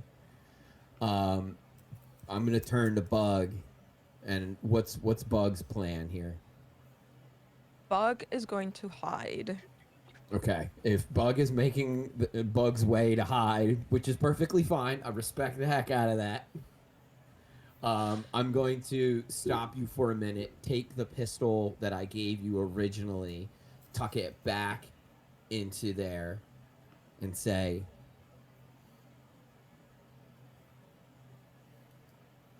keep Eleanor safe. If anything happens, it's your car now. Make sure that you get away and take everyone with you. You don't gotta tell me twice. Time for I'm sorry, I don't mean to break the seriousness of the moment, but it was like there it was a moment where Bug and Clint could connect and be like, "You got it," and it's like, "Yeah." All right, see ya, bitch. And I'm just gonna watch that narrative moment fade and exhale a sigh. All right. Well, I'm not mad. That's for sure. So we can hear them coming in the direction, right? You can hear them coming in a direction. Kaylin points out exactly what direction they're coming from. You don't know how many and what time they're going to arrive. You know it's within a few minutes. Fantastic. But again, that's a few minutes you got to prepare to set yourself up. But you don't know exactly when they're going to be coming along in order to follow that the antler beast. Yeah, fantastic. First thing I'm going to do is I think Clint thinks a moment about going back and going for his camera. This strong urge overcomes him almost naturalistically to want to be a passive observer in the events that are going to take place here. But in that moment, he realizes that the group needs him. And because the group needs him, he can't be just an observer. He has to take action. He has to be a part of this. He has to be active in this. He has to be a part of his own story. And so with that in mind, he unshoulders the rifle, looks over at Arthur, says, "You ready to do something real stupid?" And Arthur is just kind of looking off, like he's looking at different things, and he doesn't turn, but you can tell that he kind of smirked. He said, "Do you remember the story you told me about the sniper's nest?" I do. He'll point over to a tree that's fallen down. "I think it's best that you nest up." God, I love it when we do stupid things like this together. Same wavelength, same wavelength. And yeah, I'm going to make my plan is to gain a heroism point when I make things worse because of my recklessness. And my plan is this. Normally, I'm much of a talker, Bug so much said so. Won't shut up. Not going to be much talking this time. The moment I see their vehicle, I'm just going to shoot out a tire. And I know that they're going to be driving fast, and I'm not even going to give them an opportunity to pull in close and put us in danger. So the talking, as much as I am the talker, the talking's out the window at this point, and it's go time. So I am going to find a location, not necessarily in a tree, but I want to find a high location that of something that still stands, so I can put the rifle on on like a stand to keep it nice and straight. So when I see the whites of the tire, to put a term, as soon as I see them, I'm taking out the front tire in hopes that it flips the truck. Yeah, for the record, Arthur was pointing to a down tree. Never going to tell you to climb. Just for the record. I'm not. Okay, that's fine. I'm my own man, Arthur. I can Yeah, do what exactly, I want. Yeah, you'll be fine. I could do stupid stuff on my own just fine. Thank you. It's great. All right. I will say that, Clint, it's not too hard for you to find a position that you can actually point at, that you'll be able to kind of like make your way towards, kind of getting a little bit higher elevation, perhaps even using the down tree that took out half of the main compound, making your way towards the roof and kind of like situating yourself behind a larger branch to kind of not only provide you the stability that you're going to need to lodge your rifle, but also just in case any sort of fire from their end coming back towards you, you'll at least have a little bit of defense to hide behind. Yeah. And Art- as I prep up and I set up, I pause for a moment and I reach into a pocket in the flannel, the front pocket of my flannel, pull out a pack of cigarettes, and I open it up, and it's that last one. And I'm going to pull out the military Zippo that I have. I'm going to strike it up, and I'm going to light that cigarette and take a smooth pull off of it, and say a prayer to whatever gods above and below may be still watching over me all this time. And then I'm going to set it right next to the rifle so I can watch the smoke as it wafts up to help better guide my shot and judge the wind. Awesome. Arthur, how are you setting up? Yeah, I did get a heroism point for strategizing about an upcoming dangerous situation. I think that qualifies. That does.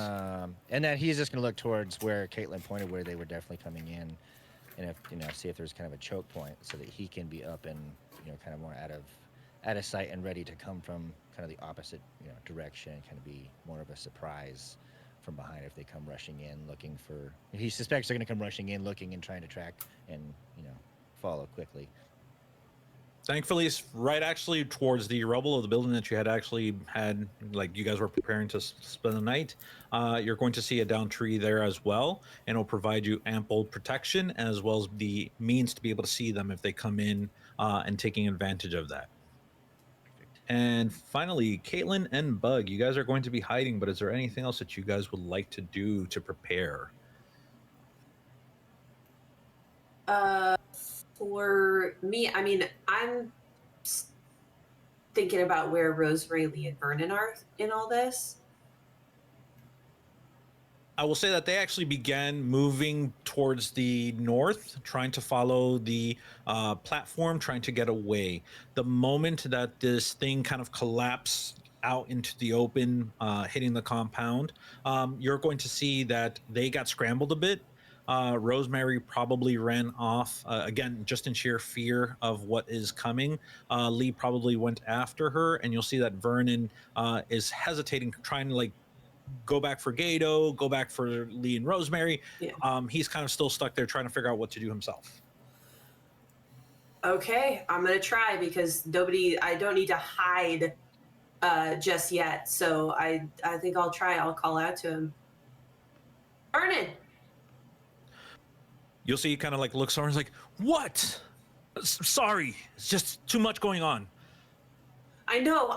Listen to me. Hunters don't stop once they get their quarry. They find another quarry. Please don't leave. Please stay.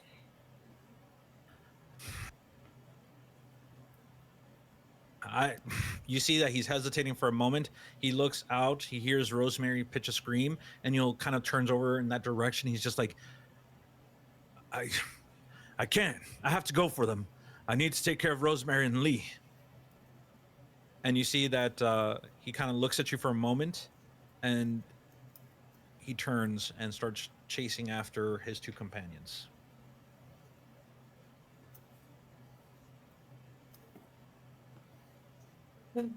Okay, Bug. Wish I hadn't taken your gun. All right, you hold Charlotte, okay? Is that all right? Bug will just have a look of distress, like, okay. Once again, live grenade's fine. And yeah, live grenade's fine. Not so much. They're predictable. Children are not as predictable as a grenade is. Grenade?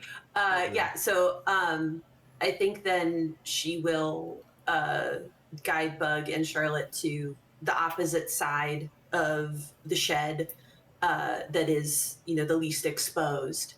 And then we'll prop up on the corner between, where the door is facing out in there, so she can sneak glances around and have the handgun at the ready. That's really all she can do at this point. All right, excellent. And I'll pull my flashlight too, just in case. Like I'll have one in each hand. Okay, excellent. Are you gonna have the flashlight on right now, or are you gonna shine it, like turn it on? No, I'm waiting. Yeah, I'm waiting Okay. for it if I need to cause a distraction or something like that. Excellent. It's almost as though time stops. Every single beat of your heart pumps, smashing against your chest. You can feel your blood. At this point, you're just waiting. Caitlin is never wrong in terms of hearing things, of searching for things. She knows they're coming. She grew up amongst hunters. This is something that she knows. They're going after their quarry. And sure enough, you begin to hear the sound of a car, some sort of pickup truck howling, the tires crunching over the debris that the monster had left behind. And at this point, you're going to see that the truck, the floodlights begin to bear down in front of you, kind of the path, demonstrating the path where this creature had gone. And you're going to see the truck begin to ride over the ridge and at this point present itself. You're going to see that someone is standing at the back of the truck, kind of just pounding the ceiling, whooping, just like, woo, yeah, and just trying to get excited. You're going to see that there's a driver and the truck is going to make itself apparent to you. Do you guys open fire? Yeah. So yeah, And as soon instead as of- it comes in, yeah. Yeah. I'm going to, now that I see that I actually have a shot at the driver, I'm going to shoot the driver instead of the tire. All right. I'm going to go ahead and say you're going to be taking aim, but since you were preparing, I will give you an additional die. Let's go. And- And then I'm going and to this use is- my heroism point. That last one. So that's going to be 4d6. Good luck. Big Let's money. go. Big money. Big money. Big bucks, no whammies.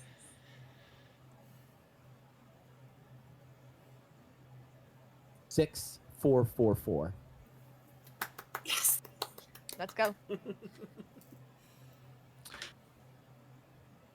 You go ahead, you look down the barrel. The truck starts coming in. Your cigarette is still in your mouth. You feel your hands go tense for a moment. You calm them. You hook the trigger with one finger. And when it presents itself, you take the shot. The sound immediately breaks the silence around all of you, the tension gone. At that point, you're going to see that the driver falls over. You'll see that the pickup goes ahead and without anyone leading it, moves forward and just kind of hits a protrusion of stone. And at this point, the truck tips over, falling onto the ground. At that point, you're going to see that the truck landing, the person that's on the back just gets thrown. And in the next instance, you're going to see that the person hits the ground, kind of disappears into the shadow. And in the next moment, an explosion goes off. At this point, another truck is coming up from behind. This all occurring so fast, they didn't have enough time to veer off and avoid hitting the truck in front of them that's now tipped over. At this point, they slam into it. Arthur, Caitlin, do you want to take any action? Yeah, as far as the second truck, is there like just a regular truck as well? Yep, regular pickup truck. And just a driver. Can we kind of quickly? You'll see a driver and a passenger. The windows are open. Probably Led Zeppelin blasting, and at this point, you're going to see that again, like you'll notice the shadows or the silhouette of a driver and a passenger. The moment that the truck hits, you'll see that the passenger kind of hits the goes ahead and kind of hits the side door of the car, and just kind of like you see him getting visibly upset. Am I guess how close are they as far as us goes? Like, am I facing like the passengers closest to my side? The passenger would be the closest to you. All right. Well, yeah, I'm just gonna pop up and let the shotgun go. All right. So since you're going to be shooting from a distance, it is going to be taking aim. I was gonna say, yeah, that's why I wasn't sure. That's why I was asking the distance on that side. If you want the distance, I will definitely say, you know what? I would say fight under pressure. I was gonna say if you want to get up close, I got your 6. Like, 'cause that's my. That's what I'm saying. Like, if there was like movement where he jumps over the tree and is then closer, and then it's just he jumps over, takes shotgun, and shoots it into the passenger side. Perhaps I will motivate you by as soon as the rifle rings out, I'm on my feet. I'm pulling the pistol out from behind me, and I duck low. I never pull the gun out to fire, but I'm kind of in a crouch position, and I'm running towards those vehicles. So just on top of that, cool. Oh, go ahead. Oh, sorry. go ahead. I was just gonna say I was gonna use a heroism point just because I have plenty now and I haven't really had a chance to do it. This seems like a cool one to jump over a tree and shoot a shotgun into a passenger window. So. All I was going to add to that is since you're preparing, you definitely would be able to do so. Plus, remember, you got additional die to that roll. Oh, okay. Well, let's add one more. That's wild. Okay. 19d6. So I'm going to read all of these dice because there's a lot. So, all ones. 1, 2, 5, 6, 6, 6. Yes! Let's go. Bada boom. Do you get both of them? So at this point, you run up to the car. The window is open. You'll see that the individual like slamming their fist into the dashboard and kind of again just being angry. The Van Halen just picking up in the background. You're going to see that the driver is going to try to like reverse the vehicle. The guy in the passenger side is just calling. I was like, "Hurry! We gotta get out of here. We gotta go!" And at this point, you just stride right up to that door and just let 2 shots go, one after the other. At that point, both of the individuals, the one at the passenger side slumps forward. You're going to see the one at the driver's side slumps to the side. And at this point, blood is just covering the inside of the car. Break it down and load 2 more and see if there's anything else coming. At this point, you're going to see, you're waiting. You're going to see that Clint is also waiting for people to come up the route that you guys had been. Caitlin, Bug. Yeah. You're going to hear footfalls coming up the path that would lead to where the cars are at. You're going to hear someone coming up that way. This person begins to step into kind of like moving into the area. And at this point, you're going to see that they have a shoddy. And you're going to see that another person's right next to them. And they have a live grenade in their hand. And at this point, calls out and says, Gato, look at what this is doing. And at this point, hearing the gunshots, stops, looks around, and it's just like, we're under attack. And at this point, you'll see that they point their guns, and purposefully they're looking straight towards Bug and Caitlin, like in that direction. And at this point, you're going to see that they're going to open fire. You guys are protected. You guys also get an additional D6 for preparing. So what do you guys do? And by the way, Caitlin, this is John. Yeah, absolutely. Okay.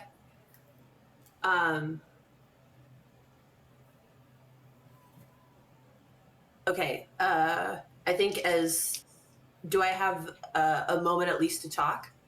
Yes. Okay. Then in that case, I'll hiss out to Bug, stay out of sight. And so are they opening fire, or are they actually actively shooting? Or are they At the preparing to moment, open fire? they're preparing to open fire as they're seeing the threat, because again, they see now that the explosion goes off, there's gunfire coming from the compound. They know that something's up, and at this point they're turning their guns, and you're going to see that the person behind that's like holding pulling a Bug and holding like a grenade and a handgun like turns over and like is pointing in that direction, kind of like noting that you guys are there. Someone's there. Okay. Well, I was hoping we'd get further into Weird Virginia, but who knows? Time for an enough.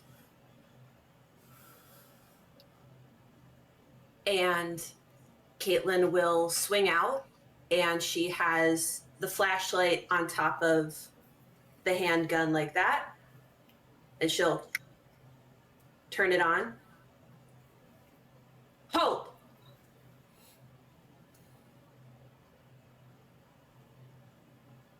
You'll see that John, the light's covering him and he's kind of blinded, and he puts up his hand and he's just like,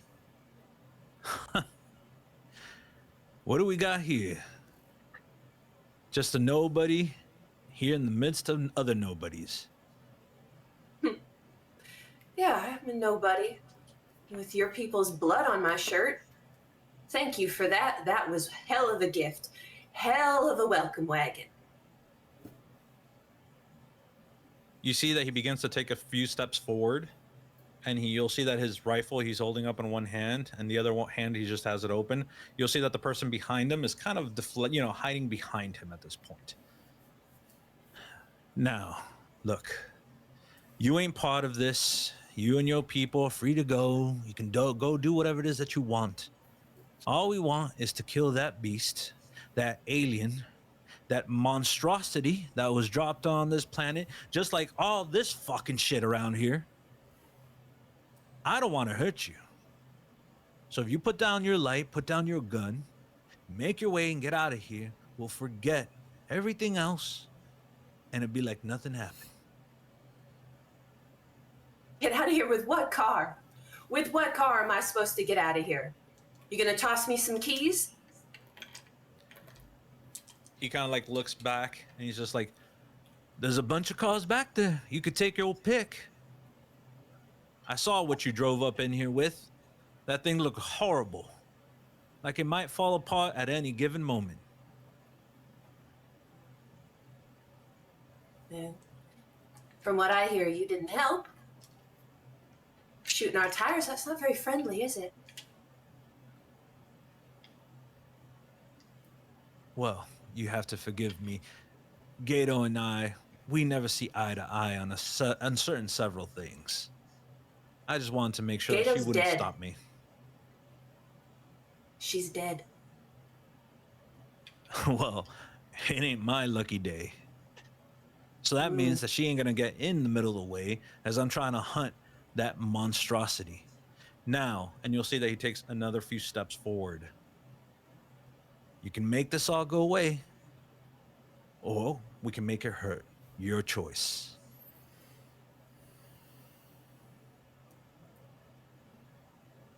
And hopefully, this has given you two enough time to set up what you want to set up. What a oh gosh, what a traitor. It's beautiful.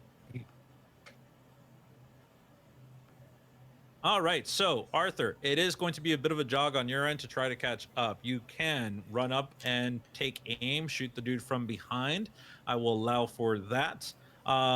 Clint, they're actually on the opposite side of the building, so it's going to be a little bit more difficult for you to be able to actually take a shot at them. You would have to basically do a little bit of physical exercise, running down and kind of running up on them as well. So I do get 2 whole minutes, and you better believe Caitlin is using every single second. So I am, with the adrenaline pumping through my system, I have tunnel vision. And in my mind, when I saw the 2 trucks and I saw the one person tossed from the vehicle that was hooting and hollering, I assumed that was John.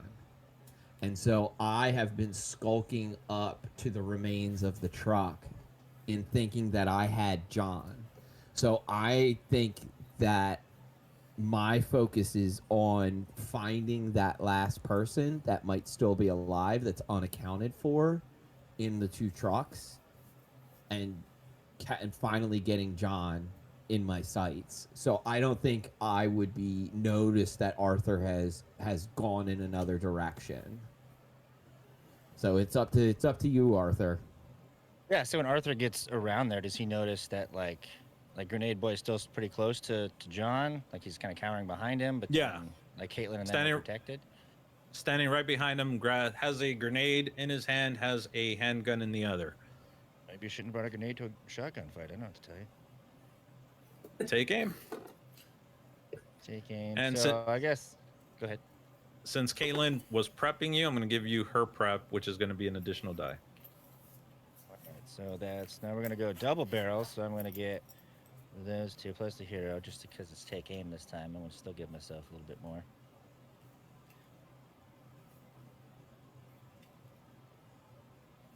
All right.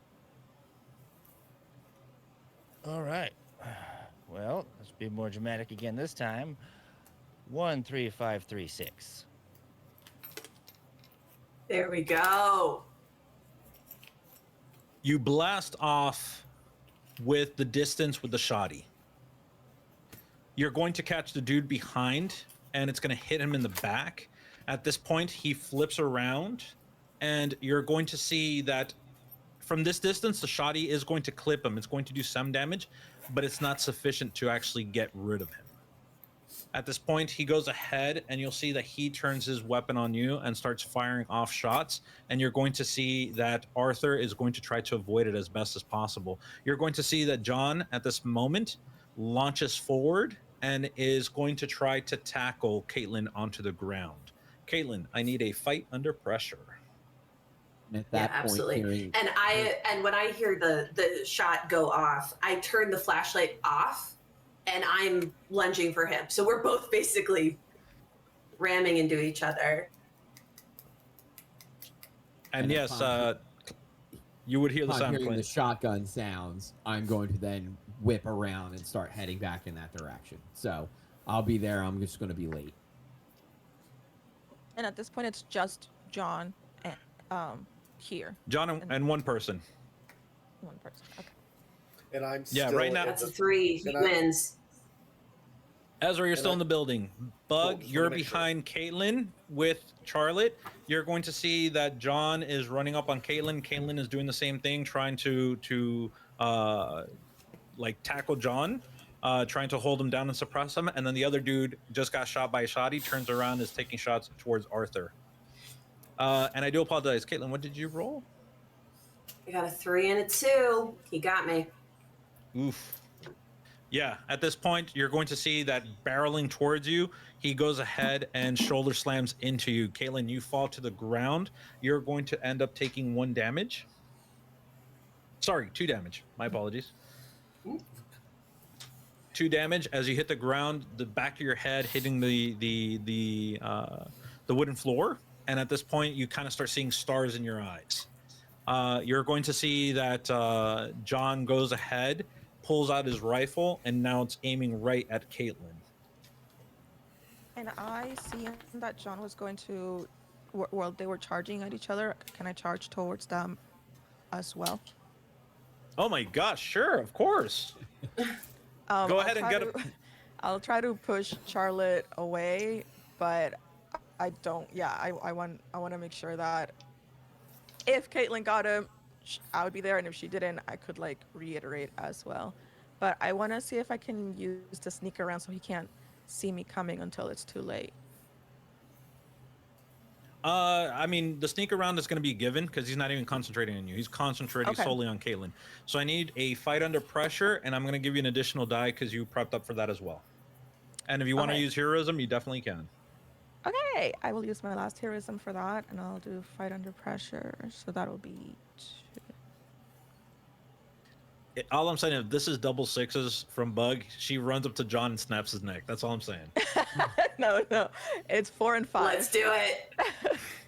Okay, not bad. Shove the grenade down his throat. Well, I have my multi-tool, so I just wanted to kind of jab at him with my pliers and just be like, switch it to pliers and try to jab at him so that he can. You hit. You go ahead and actually you tackle into him, stabbing him with your multi-tool. You'll see that as you hit him, he begins to bleed. The only thing though is that he is going to react, kind of hitting you with his elbow, and at this point you cause him to stumble back. You're going to end up taking 1 point of damage, but you're going to see that John falls to the ground. You'll see that his rifle kind of skits on the ground a bit, and he's grasping onto his neck, and he's just like, "What the fuck is wrong with you? We're just trying to kill that thing." And at this point, you're going to see the dude that is shooting at Arthur. He's going to turn around, kind of seeing or hearing this kerfuffle in the back behind him. And you're going to see that he's going to hold up the grenade, and he's just going to kind of like launch it towards you guys. But Clint, you do have a chance to take action. Okay. Trying to assess the situation as best as I can. So I have to paint a picture. Caitlin's on the ground. Mm-hmm. Bug is wrapped around John and is tussling with John at this point. I see Arthur is about to, Arthur has been shot or is about to shoot. Sorry, and I do apologize. The guy with the grenade is going to throw the grenade at Arthur. That's what I meant to say. My apologies. So he is on that. going to throw the grenade. He has not actually at Arthur. Because I would like to, if that was the case, I would like to use my action to say goodbye to Arthur. But seeing as it is about to, that grenade is about to hit, I'm going to expend one. I'm going to shoot on that individual, but I'm going to do it while I'm running because I'm running for the little girl. Like my thought is immediately, I got to get that girl out of the way is the primary, but the secondary is I'm going to give Arthur the best possible chance at survival. But that's the best I can do for him at this point. All right, take aim. All right. That's a 2 and a 1. No. Clint, you fire off the gun. The bullet goes wide. At this point, you don't even know what it hits. But it does grab the person's attention and quickly reacts. He goes and pitches the grenade, but rather than towards Arthur, it goes flying towards you, Clint. Thankfully, it falls short of a damaging, like being able to actually do effective damage to you, but it does send you flying. You are going to be taking 2 points of damage as you go flying through the air, landing on the ground, feeling the wind knocked out of you. And that is going to be 4 harm for me. So roll a 1d6 and hopefully you get a 6. I got a 5. Okay. So you are, what's the term? Shattered? No. Yes. Yes, shattered. Right, so it's just all reckless all the time. All reckless all the time. Arthur. Business as usual. I might even Arthur. actually become a No, I'm better kidding. character. The explosion goes off behind you. At this point, you're looking forward towards your companions. You're going to see the one dude chucks the grenade. Thankfully, Clint drew his attention. The grenade could have gone for you. It could have been a lot worse for you. But at this point, you'll see that this guy is giving you an opening. He has a handgun up against your shoddy, and you have distance no longer. Sorry, you don't have to worry about distance so much. You can actually run up on him at this point if you like. But what's under his worrying chin you if you let more me. so What's worrying you more so, though, as well, is that you're going to see that John at this point kind of tosses Bug back, and he's standing up, and you'll see that he pulls out a handgun as well. And so you know that you need to get through this dude in order to get to John. Well, then, I mean, yeah, like on the move. I mean, if he's between me and John anyway, then I'm closing distance, and you know, as soon as I'm in a good shotty range, like that's letting loose so that I can move on to the next target. Fight under pressure. Love choosing violence. It gets me so much heroism. All right. In any given situation, violence helps us all. Man, that is a lot of low numbers. So this one was 2, 2, 4, 2, 1, 6. Hey. 6 is all you need. That was scary. I was clenched a little. Yeah. All right. You fire off another round of the shoddy, and you're literally close enough that at this point, whatever abdomen that person may have is probably long gone. You're going to see that the person goes flying back, stumbling off of the side of the wooden platform, his body just ending at the base of a nearby tree. And at this moment, you're running as quickly as you can to catch up to John. John straddles, walking over or standing over Caitlin, has the handgun, points it right towards her, looking her right in the face. And he just kind of like goes ahead and says, "You had to be a hero, didn't you? Well, this is where your story's gonna end." And at this point, well, Caitlin, do you want to say anything? Yeah, I think I'll just stare him straight in the face. They never stop with deer. You're going to see that you're going to hear a gunshot. And at this point, you're going to see that blood sprays down upon Caitlin. You're going to see that John is gagging. And at this moment, he looks up, and just off in the distance, you're going to see that Vernon has returned, Rosemary and Lee kind of walking back. And you're going to see that Vernon has his gun just trained on John. The next moment, you'll see that John just kind of like bleeds out, letting out like this breath just full of blood just coming out of him. And then he just like looks at you for a moment. You see fear playing off in his eyes, and he's just like, "I just wanted to kill that damn thing to save us." Oh. His body slumps off to the side, landing next to Caitlin's.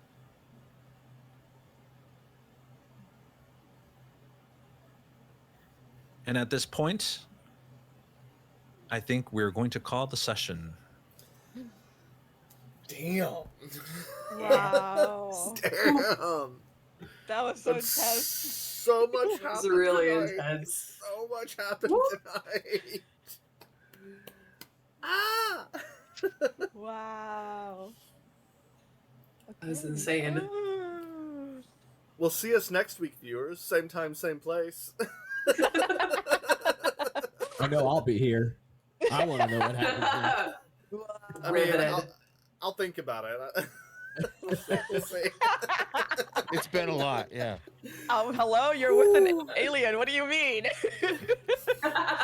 Yeah, I need to see Ezra come out like, what the fuck, guys? I know. Well, the gag is though he's not going to remember what happened in there. Yeah. Either. So he's just That's right. That's right. That's Lost. true. Well, thank you so much for joining us, viewers. I'll be uploading this episode to YouTube tonight, so expect that on our feed for your viewing pleasure. Come and hop on the Discord if you want to talk about the game. Same time, same place next week. Not this week, but next week we do have another episode of Castles in the Air. That'll be episode 4 of 8, so that's pretty exciting. We have some exciting stuff coming for quarter 2, and I think that's everything. Be sure to give us a follow, subscribe, like, all that good stuff, and catch us on our socials, and we'll see you next week. Have a good one. Bye. Laters. Bye.